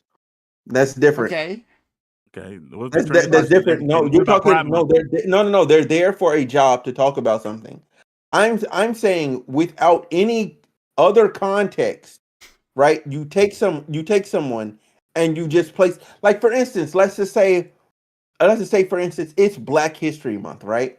It's Black History Month, and instead of like having somebody black come speak or whatever, I don't know, you bring in like I don't even want to use that as an example. I just think like if you have just a random assembly today, like let's say tomorrow there's a random assembly at school, right? They get all the kids in there and they go, "Hey guys, we're gonna have somebody come talk to you," and you know what I'm saying. This is the most beautiful trans person, like. And then boom, they have this person come. That's what I was saying. What in the was why, where you what get is, but that's the all I'm saying is that's how I heard the scenario. But I hear what you heard, but like I don't know, like the example you just gave, I don't even know how that would even be a thing in real life. Like okay, like hey, hey kids, I don't know how to give it. I don't know how to give an example of what I was thinking because about. I think that's the point. I think you're making it up. That's what I'm trying to get to here. Oh, I think this is a made up example, like a made up fear or something that doesn't actually exist. Wait. We can talk about the original example in the case of like, because what the disagreement was is like programming and marketing. And what I'm trying to tell you something smooth. When these niggas are gonna go with media is gonna say everything is programmed and marketed, and that kids' daily lives are already curated for them. I can tell you the argument that these niggas about to make before they go there. So with that being said, the question is more so like, well, I mean, do you disagree with that? Like, because kids are programmed, everything for them is curated by someone, usually their community, so on and so forth. Do you have a problem with that when it comes to, I don't know, fucking teaching kids that a trans person can be beautiful? Do I have no, I don't think that's necessarily the issue. It's the context in which you're bringing it up is. Okay. What is it random? What if it's just completely like, hey, we're gonna have an educational and that's the part where I'm like I kind of go at random. I'm like, why? But what about but you were cool with their random educational Asian Pacific Islander. That's not random. He said during Pacific Islander month. Okay, during Pride Month. They want to have an educational seminar on trans people at the school. That's Pride Month. That makes sense. It correlates. Okay, not Pride Month. So on Black History Month, they bring in a trans person. If it's Black History Month, it kind of goes like, well, what are we doing? Yeah, I would be hot, nigga. What? If it was Black History Month and y'all was doing Pride President, you all fucking mad? Better be some black gay people in that motherfucker. Better be all black trans and gay people in that motherfucker. Okay, let's. All right, okay. Yeah, and then if you wanted to educate them on like different, you know what I'm saying? Hey, these are different historical black figures that happen to be gay. These are different black historical figures that happen to be lesbian. These people just happen to be trans. Like I'm okay because it correlates. I'm talking about at random. It doesn't. You bring Caitlyn Jenner. I think the thing that you're talking Caitlyn about in there. is That's like weird. Such like a useless example that like it's not even like or a useless scenario that like it doesn't even translate to real life. Yeah, I think people have reasons for the things they do. Like that's why I've been trying to give you so much space to actually describe this thing. Like, okay, maybe there's something I'm missing here, but like you're not giving me anything to work with. I'm trying to think. I'm thinking of something else. Take your time. I'm thinking of something else. Okay. Just take your time. Wait, I just want to ask y'all niggas, if for nothing else, to sake of jokes, y'all mean to tell me if on the month of our ancestors, Black History Month, they did a random Pride presentation, y'all be okay with that? I don't think it should be just Pride, but I do think actually, I think it would be dope to do queer representation as part of Black History Month. Like for example, Langston Hughes. What's that other nigga's name? They finna do Baldwin. Yeah, Baldwin. James Baldwin is gay. I think like bringing that up as part of Black History because Black History gets settled like narrowed down to the same 7 people every year. Well, I say this, man. On Black History Month, right? You're black and whatever the fuck else you are. All right. And when we talk about you you're black and gay. You're black and trans. We can bring that other shit up later. That's on the back burner. That shit great. That's cool. But when we talk about Black History Month, if one of my little homies told me some shit like that, like they had a conversation about James Baldwin, and like most of it was about how he's actually gay, and they only talked about the motherfucking if Bill Street could talk for like 5 minutes, I'd be very upset. I'd be very angry. I'd be pissed off. The black part comes first. It doesn't have to be 5 minutes, but I'm saying. Yo, what's up, son? And just quickly, Majin, thank you for the 5 Hot 2-1 gift subs. Really kind of you. That was happened a while ago, but of course I was deep into this. Yelling at Dream, that takes up a lot of energy. But go ahead, smooth. Yeah, so I think it's kind of like more so like I'll try and give a different example that's outside of like sex and like race and all that.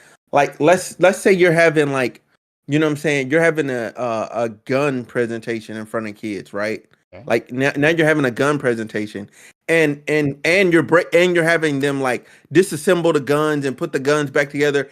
I'm wondering why are they doing this? This has nothing to do with curriculum at all. Because America, god damn it. It has nothing to do with curriculum at all. And that's what I was saying with that other example is like, what does this have to do with curriculum? If this doesn't line up with getting these kids to be like to their end goal of the curriculum, like I'm kind of wondering why did they take this time out now? But when I say that, I'm only talking about like 5th grade and down, like that initial school. Like I get like once you get into middle school and high school, you have to then start also like giving them things that happen in society as different things that happen in society as well. You know what I'm saying? Like, hey, there's this other thing that exists that you might not be introduced to. Like if you're some small town kid, right, that lives in some certain area of like, let's just say Arkansas, and you're from like, let's say you're from fucking Rogers, Arkansas. The population is fucking low. The odds of you running into a trans person are slim to not fucking happening. It's just not happening. It would be fair to say that like no. The odds of you even running into a black person on a regular day-to-day basis is low as well. So my thing is it would behoove you like on a later scale, like when they're in middle school, to go, hey, here are black people, here are trans people. So then they're not having these messed up interactions. But my whole thing is when you're talking about like K through 5, like I'm like, what does that have to do with them getting the basics down? What difference does that make? Like why I don't understand. Like what happens? Like so, there's a 9-year-old being in 4th grade, right? And then there's a 11-year-old being in 6th grade. Excuse me, right? Yeah. So like why wait? Go ahead, please. And because at that point, if you're in middle school, like you're going through puberty, you may or may not start having sex. You may or may not. And I think no, I'm just being honest. Middle school and high school. I understand what the fuck. This is why I'm saying that education is important. Because at that point, hold on. Okay, sorry, you're gonna take a long time to get here, so I'm gonna keep pushing you back here because so you talked about like we brought it back to a white kid in a rural area where there are no ethnicities, right? And so you brought up the examples of a black person and a trans person. So I'm assuming the trans person is white in this situation, but like fine, no problem, right? So a black person and a trans person, like, oh, you can have a school assembly to introduce them, but only middle school and above, right? And not 5th grade and below, right? So I'm trying to figure out what the damage is. Now, what the only response you gave me here is that like this is not learning the basics. Well, what we're doing with kids in all ages is trying to enrich their minds, right? Enrich their experiences. Like, what my response to you is that there is no damage that is being done. And in fact, when you are that age, they are trying to enrich you with all kinds of experiences. That's like normal education, right? It's not simply like ABCs 1, 2, 3s. We talk about these things. We prepare children for the world, like up and down, and I would say it's not at all damaging for like a white kid, like who's 9 years old, who's never going to encounter a black person normally in their day-to-day life, to meet a black person within a school assembly in 4th grade. Same thing with a trans person, no matter what color they are. Or having a Black History Month thing like somewhere in like 3rd grade, talking about MLK or whatever. Mm-hmm. Like that may not be one of the basic things, but introducing like the racial elements. But if you were talking about Black history, I think that's one thing. But if you were trying to educate kids that like trans people can be beautiful, I think that's a bit different. I don't even think that's like useful education to kids. Talk about beauty standards. But you can talk about existing or trans history. Yes. Yeah, sure. Yeah, that. Yeah, but Okay, so look, here's it. When you talk about something, when you talk about and I'm just speaking for like Rogers, Arkansas, right? Okay. When you talk about when you're going there to talk about Pride there or something, I'm just a little confused by. No, I'm familiar with the city and like the different fair enough struggles, whatever. I feel like it's just a good. I feel like it's just a good example. Enough. I was a little confused. I like it's just a good example. You know, somebody, if they can correct me if I'm wrong, they won't. So here's the thing, though. Like when you're dealing with these people, right? And their like their upbringing and all that, right? There's gonna be there's a certain level of control that people and I guess parents want to have had more of a say so at that point. When kids are teenagers, you know what I'm saying, and going into middle school and high school, you're becoming you're becoming your own person at this point. Like you're starting to define yourself and like who you are and become your own person. Sure. That's why I think in those formative years where outside of just being like who you are and just being a kid, like you're now being like educated on things that are going to like really affect you and things you're going to come across as an adult. So you're saying like, parents should be the one to decide between the ages of 0 through 10, whether their kid knows that trans people exist. Is that what you're trying to say? I'm not necessarily trying to say that, but I'm saying in those environments, it would become very jarring to just shove that in there because you're dealing with a mostly like. We're talking about educating people about, like, again, the history of, let's say, like, basically, it's a Pride presentation, the history of trans people, how they existed, blah, blah, blah, blah. That's what we're talking about specifically? Like, yes. Even if you did that, like, that's gonna be like kind of seen as like, because part of that is teaching sexuality. You know, because the reason I'm making that point is because if somebody when you're talking about So listen. To be gay or lesbian or bisexual, that means you like either the same as you or you like same as you and the other. You know what I'm saying? That's what that is. What I was saying is that, like, the reason I was asking related. Yeah, go ahead. The reason I was making that delineation is because, again, I would say that because originally we were talking about is acceptance in the form of like shit, like saying that these people can be beautiful or that they are beautiful, so on and so forth. And I'm saying that if we were talking about the history of trans people, or the history of gay people, or just that they exist, I think that's one thing. But I do not think that it is not appropriate to educate kids that, hey, trans people are beautiful or can be beautiful. What the fuck does that? Why would I could see no reason you would educate a child of that? No, and I don't even think, to be real with you, I don't think any human being is entitled to that. They're like, yeah, we have to teach kids that you are also pretty. No, that's weird. That's creepy. But your point, go ahead. Yeah, I like what Solus just said. Sure. Like okay, I hear your Solus on that. Like, and I think, I mean, like it would be weird. Yeah, like I said with Caitlyn Jenner, it'd be weird to like, you know, put anybody. I mean, not like a trans person, just anybody in front of a group of students and like, oh, this person's a beautiful person. Like, you know, what? Why would you say that? Like, that's weird in and of itself, right? But I guess I want to do a little bit of pushback. You know, bring it back to the weight thing, right? Like, if like they said, like, if I think it would be fine to say to children, especially young children, that like people of all shapes and sizes are beautiful, right? So like if there's a little girl, little boy there who's like, you know, overweight for whatever reason, it's like, hey, you're beautiful too, because they understand at that age that beauty is something in the society that means a thing that is of value, right? And they're probably getting messages from their peers that they're not worth it, right? That they are of less value. And so it would be great to hear from adults to say that yes, like, you know, like without like points like an adult or something like that, but just saying in general, hey, like kids of all sizes, like everyone is beautiful, and just leave it at that. Would you agree, Solus?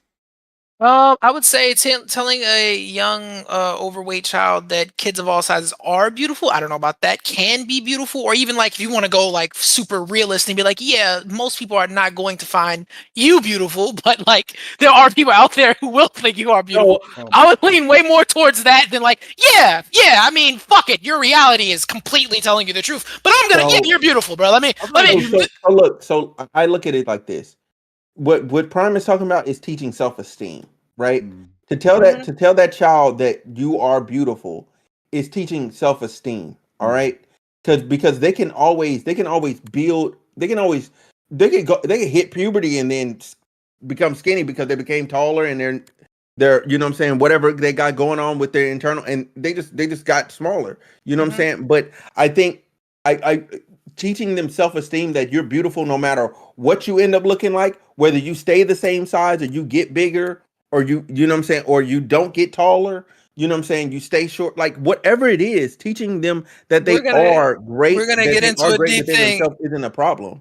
No, but we're gonna get into a deep bag of like, because I could tell a kid that no matter, because this is what I was raised on. Beauty is in the eye of the beholder, right? There's somebody out there for everybody. That's what I was raised on. Not you're beautiful, but like there is somebody out there for you. Like you might not be beautiful to most people, right? Again, I was raised to know that no one has to like you, right? But that doesn't change the fact that to somebody you are beautiful, and I'm one of those people, as my elders, as they would tell me, right? The idea of teaching a kid, you're the shit.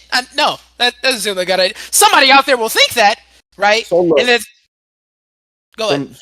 From 0 to 11, giving that kid self-esteem is going to help them so much during that middle school and high school years where things are rough and your body. What is giving them self-esteem? No. But that's how I view this. As when you say you are beautiful, that's a holistic statement. I don't look at it as just an internal statement. I look at it as a holistic statement. Just physically and external. It's about acceptance of oneself and feeling confident in oneself. You know what I'm saying? Because you know what I'm saying, like I don't think there's anything wrong with that. I think that when you get to a bit older, you can get into those nuances of it. Like beauty is in the eye of the beholder. Like, yeah, some people, yeah, you know what I'm saying, you're not going to be found attractive by everybody, because eventually they're going to come to you like, you know what I'm saying, oh man, you know what I'm saying, I really like this, girl, I really like this boy, or whatever. Whoop de whoop de whoop. They're gonna come to you with that, and you're gonna have to explain to them like, okay, this person may like you or they may not. You know what I'm saying? And you're gonna have to go through both the positive and the negative of that situation, so they're prepared for it. Yeah, I was saying, if you haven't seen The Help, one of the most quoted lines from that movie is basically the help lady telling a little girl, "You is smart, you is kind, and you is important." You was important, and like she with the accent and everything. Well, I mean, that's the word. That was quoting. That's how you said it. That's how you said it. Like she didn't know what grades. She didn't know, all those things about her. But when you're talking to a small child, it is important to instill that that portion of their self-esteem. You want a child to feel that way, and because a lot of children are shaped by the things that they hear and see.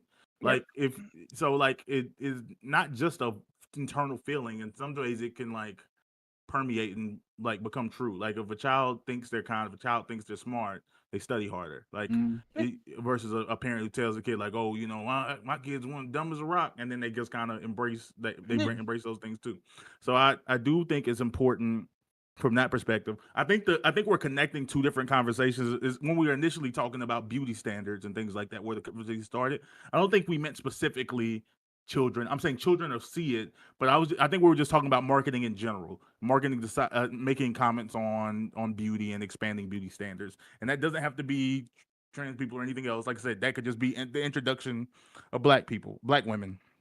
Wait, so then is it also okay then? Wait. So question then, right? If we're talking about marketing, we're just talking about beauty. Is it okay for people to then go to people and be like, hell no, that's not true? And is it also okay for those people to go to their kids and be like, nah, that's bullshit. That's just marketing? Sure, they can say that. Yeah. People can say what they want, but I'm saying that the idea that marketing within some extremes, within a range, isn't isn't going to influence, and like people are gonna like this thing because they like this thing.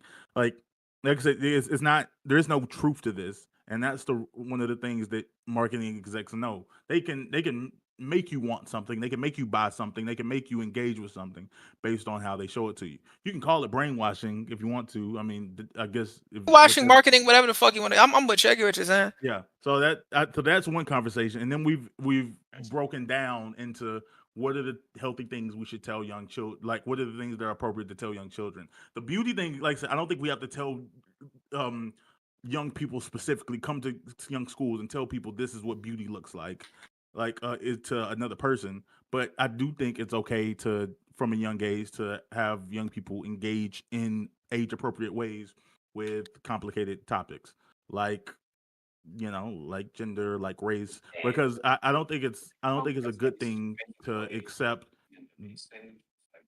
Oh, I think it's Smooth. Smooth. He don't know. He's watching something on his phone. Okay, I'm gonna mute him. Oh, I'm sorry. You good? Okay. I thought I muted my mic. That nigga can say by the bell. Yeah, I at least want no cheeks clapping. But, Pride. I was watching Joe. I was watching how Trump and Joe Biden walked off the stage, like the difference. I was about to say, to Bam's point, this is something that I teach every young person that looks at me as some form of a mentor. Exactly what I was talking about, and I don't know why we don't teach people this.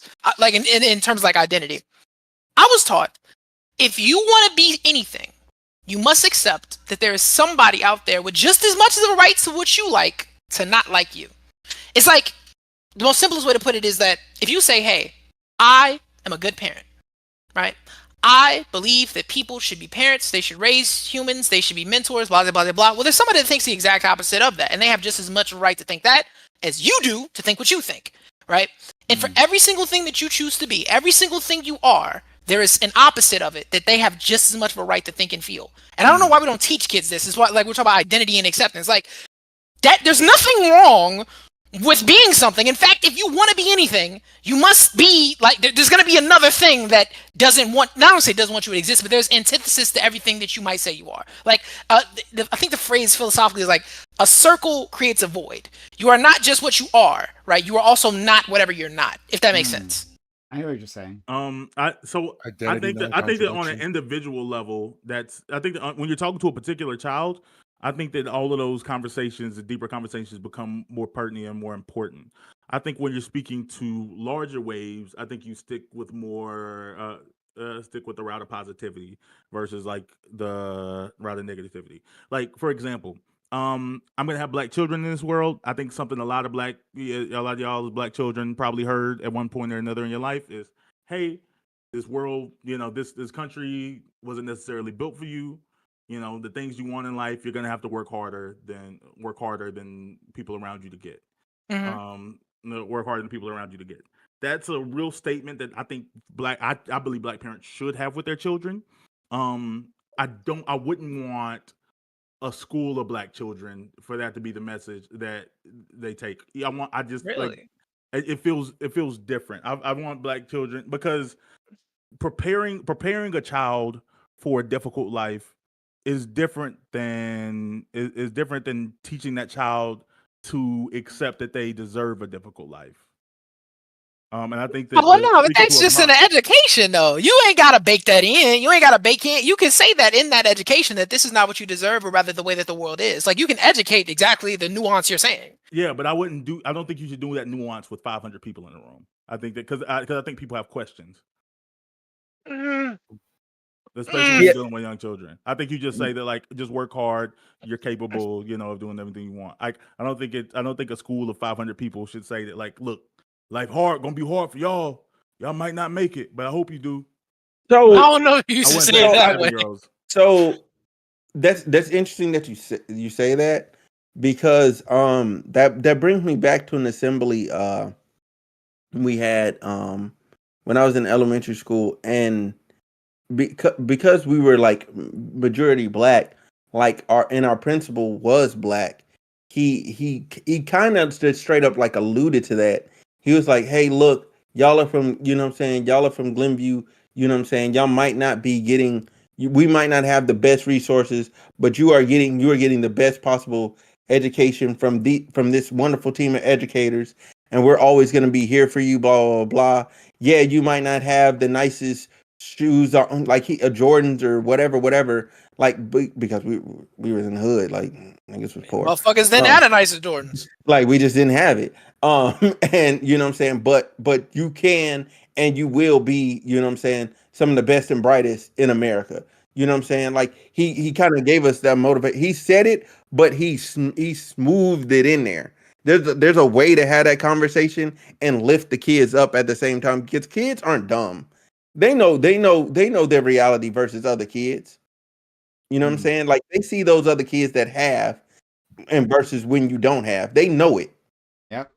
Can I ask you a question? And on the topic of acceptance that I've like come and confronted with several times as a black person, right? And this is not to necessarily question someone's black identity, but rather the way that people kind of look at black people like as a monolith or homogenous. Sometimes black topics will come up, right? Or seemingly black topics, I should say. And I'll be in a room full of niggas and I get the notion like, this nigga shouldn't be talking about this. You shouldn't be speaking about this. What the fuck do you know about the history of gangs? What the fuck do you know about the crack epidemic? What the fuck do you know about blah blah blah blah blank blank blank blank blank whatever it may be? And I think to myself, right? And I usually check them like, shut the fuck up. Like I'm a product of the crack era. I'm like, I have these things to talk about what the fuck we're talking about. And they'll respond to me like, damn, it's like you don't accept me. And I'll say to them, it has nothing to do with you being black, but it's rather to say like, if me accepting you as black is pretending that you have the knowledge about any and everything black, that like every conversation we have upon these kind of things, like you have to have a seat there. I don't know how to gauge with that. Like I don't feel like a lot of niggas feel like if I say, hey man, shut the fuck up, we're having this conversation, you're back to the Kendrick thing, you're not like us, you didn't do blank blank blank and blank, don't talk about this. They'll take that as you like rejecting their blackness, which I disagree with. But that's, like I said, this is something I've contended with my entire life. Did you Oh, sorry. Could you rephrase that for me? Sorry. I had, honestly, because I have trouble following that. I apologize. Okay. We're having a conversation about pick anything in the world that people consider to be something black people are supposed to struggle if you haven't experienced it. That if you're not educated, not even a struggle. It ain't got to be the struggle, nigga. If you have never had a bunch of old black people lecture you about Jim Crow and lecture you about these things, why, if you've never even read the fucking books about it, why the fuck are you just, I'm black, so I'm going to open my mouth and speak about this thing? We don't know shit about it. I think that's some people's realities, but it's specifically with black people. And this was actually an argument I think everyone made a couple weeks ago related to my opinions on student debt forgiveness. Even black people with, that come from means and come from like different experiences aren't too far distanced from the harsher realities. Like I said, there's exceptions to that, obviously, but like saying like, oh, you didn't grow up in the hood. Like, no, maybe I didn't grow up in the hood. He's like, but my family is a product of not even the hood though. You're missing. You're. I was just using that as an example. Like, oh, you didn't told you about Jim Crow. Like, it. Maybe they did, just in a different route. It might not have been in the same level of conversation you had. But a lot of black people are, like I said, we're just not that far removed from these histories and these realities. And I think you would be. You could be wrong to assume what someone's experienced based off of their background. Well, no, it's not even by them speaking, and so if they haven't experienced it, yet they're talking about it like they have some real understanding of it. It doesn't make you not black to not know about that aspect of the black experience. And me telling you to shut the fuck up because you don't know about it. That's like me saying shut the fuck up, you don't know about this. It's not me being like, hey, we're talking about something black and you can't talk about it because you actually don't know anything about it. It's not me like stripping you of your blackness is what I'm getting at. Like, at least that's how I feel at that point. I don't know. Do you feel like you talk about black kids that come from money? Like you feel like, oh nigga, you grew up, you had your mom took care of you, blah blah blah. Like, no, I don't even gotta be that. We could be so. I'm saying, would you ever have that conversation? Would you ever tell somebody? What? Because they come from money to shut the fuck up about blackness? No, not about blackness. Would you ever tell them you come from money or you had a good life with your parents? I do that. No, I mean it depends. If we were talking about like growing up poor, without parents, then I mean, kind of. I'm not talking about like. I'm not saying this is a conversation you can't have. I'm saying, would you ever point out that someone had a good home? If we're talking about the opposite, yes. No, not if you're talking about the opposite. Would you just acknowledge it? No, I don't just randomly like, haha, that nigga had both parents. Not like, haha, would you say it? Like no, if it's not pertinent to the conversation, I don't bring shit like that up. No, you're missing what I'm saying. I'm saying that that's you would discuss. That would be an example if you would ever mention that, like, nigga, I know you had a good life without you necessarily experiencing whatever that good life is. Because, like I said, I mean, just from your description of where you came from in Chicago, you said you came from a different circumstance. But it seems like you would feel comfortable commenting on someone else's life experience. if we're having a conversation about, let's say, hey bro, do you know what it's like to grow up on the south side of Chicago, in this neighborhood with these people or this gang and this history and blah blah blah blah. If somebody grew up in fucking Naperville with both parents and they had a pretty good life, if we're having that conversation, I'm gonna tell them to shut the fuck up. What are you talking about? What are you saying to me? We're talking like you don't know what you're talking about right now. You're just saying the neighborhood, but would you know that? Like, do you know for a fact they hadn't dealt with gangs or anything like that, or would you assume based off in fucking Naperville? I mean, yeah, I guess you could have. I guess, yeah, they could have had gangs in Naperville. Yeah, but again, if we're talking about, I know it's weird because we're talking about something like gangs, but I'm just pointing to the idea of like, hey, like, insert this thing here. It seems like you feel comfortable assuming something about their life based on these other facts. These like no, I don't assume until you say something to me that tells me your experience is not like you. I can tell by what the fuck. This usually happens. I can tell by what the fuck you're saying. You don't know what you're talking about. Like if a nigga says, like, I remember, bro, a nigga told me, bro, we was talking about, because I remember I speak about this sometimes. In Chicago, we have a very real way of speaking, and the way we talk is determined by what side you grew up in, what gang you grew up around.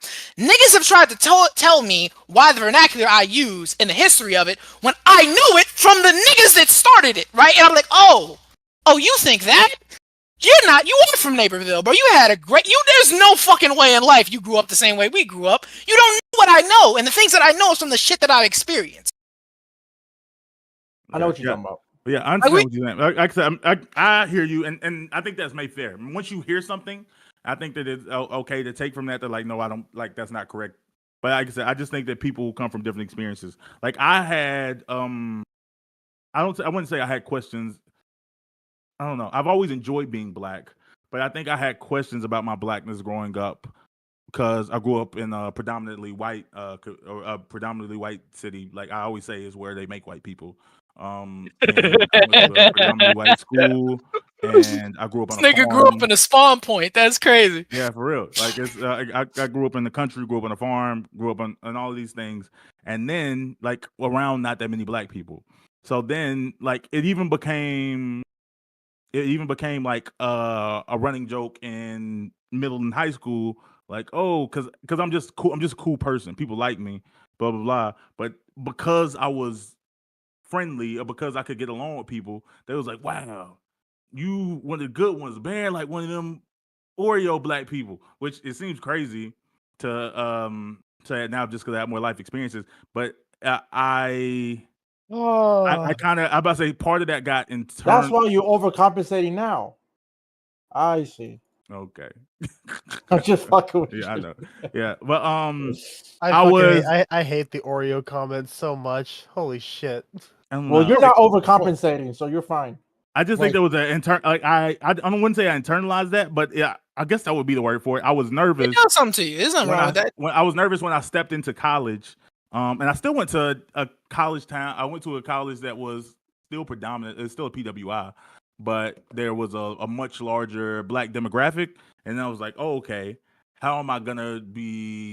How am I gonna be accepted here? I know I only like black women, but how are black women gonna take me? And there wasn't adjustment. There's a type I learned. I thought that like, oh, okay, there's a type of black person that I don't get along with, or it's just not for me. But that's not because doesn't make me less black, or that doesn't make them more black than me. There's just like, oh, black people, real life aren't a monolith. Black people engage in a whole litany of behaviors. So I don't. Only reason, basically, I was saying all that to say is that people could look at my background, and based on those things, they can make assumptions about me, about my character, about my experience of blackness that wouldn't map on to my reality. Yeah, I mean, I look at you and I see a criminal. Razor, I want to give you a shot. You want to say anything here? Sorry for being late. We're currently in the Hell month or the Hell weeks. Because 4th of July is coming up, so I just got off work, got home. A lot of cocaine. I got you. Like 13-hour fucking work days. So yeah, on this particular topic of like experiences in the that we've had, like black experiences. Twitzel was saying earlier about like their grandparents or great grandparents talking about like what happened during Jim Crow and everything like that. I had my great grandpa tell me stories of what he used to do as a firefighter. And the different ways that he was treated a couple of times, but I was too young at the time to understand any of it, so it never really came in. One thing that ended up almost waking me up to the idea of like black experiences more so than ever was my grandmother having this absolute hatred for super soakers and Nerf guns. She wanted me to never touch them. Didn't a black man make the super understood soaker? Why. But didn't a black man make the super soaker? Mm-hmm. Yes. Yes. Yeah. And the Nerf gun. Same guy. Yeah, no, my grandma didn't want me touching them because she hated the idea of me holding anything that was gun shaped. And as I grew up, and finally started learning a little bit better, I was like, oh, that's why. So think with your third eye, my niggas. What you must understand is that the man wants you to hold a firearm against your brother. Think, my niggas, think. So in terms of like learning my black experience or black about learning about like black cultures and stuff, and the different ways that black people were treated by society, cops, and everything like that, my grandma did it in the most subtle fucking ways that I ended up figuring it out based off of the context clues of her constantly telling me, you can't do this, don't do that, and you have to do this kind of thing. The only thing that always weirded me out was why was she angry that I talked the way I talked? And what I'm getting at is like, has anyone ever used? I'm gonna end it here. No, you guys can keep talking after this, but I'm gonna like end the stream. Thanks. Peace and love, guys. Yeah, thanks all for being around. Thank you for the follow, the one guy, and Razor. Thank you for the 5 subs. Awfully kind of you, Razor. I had to make it up for the fact that I didn't get here till like to the end. No worries, buddy. And respect. Thank you for resubbing. It's really kind of both of you. Yeah. So I'm going to leave it here. And I would have gone live. We're going to raid Streamlabs not working. I was going to mention Reggie Jackson. Damn it. Yes. Lactoid is doing something. They're apparently having some sort of a thing. So I'll read. Send him to a VTuber. You should do it. Send him to a VTuber. All right, guys. Peace. All right, gang. Peace and love, guys. Yeah, thanks everyone for being here. And we will be back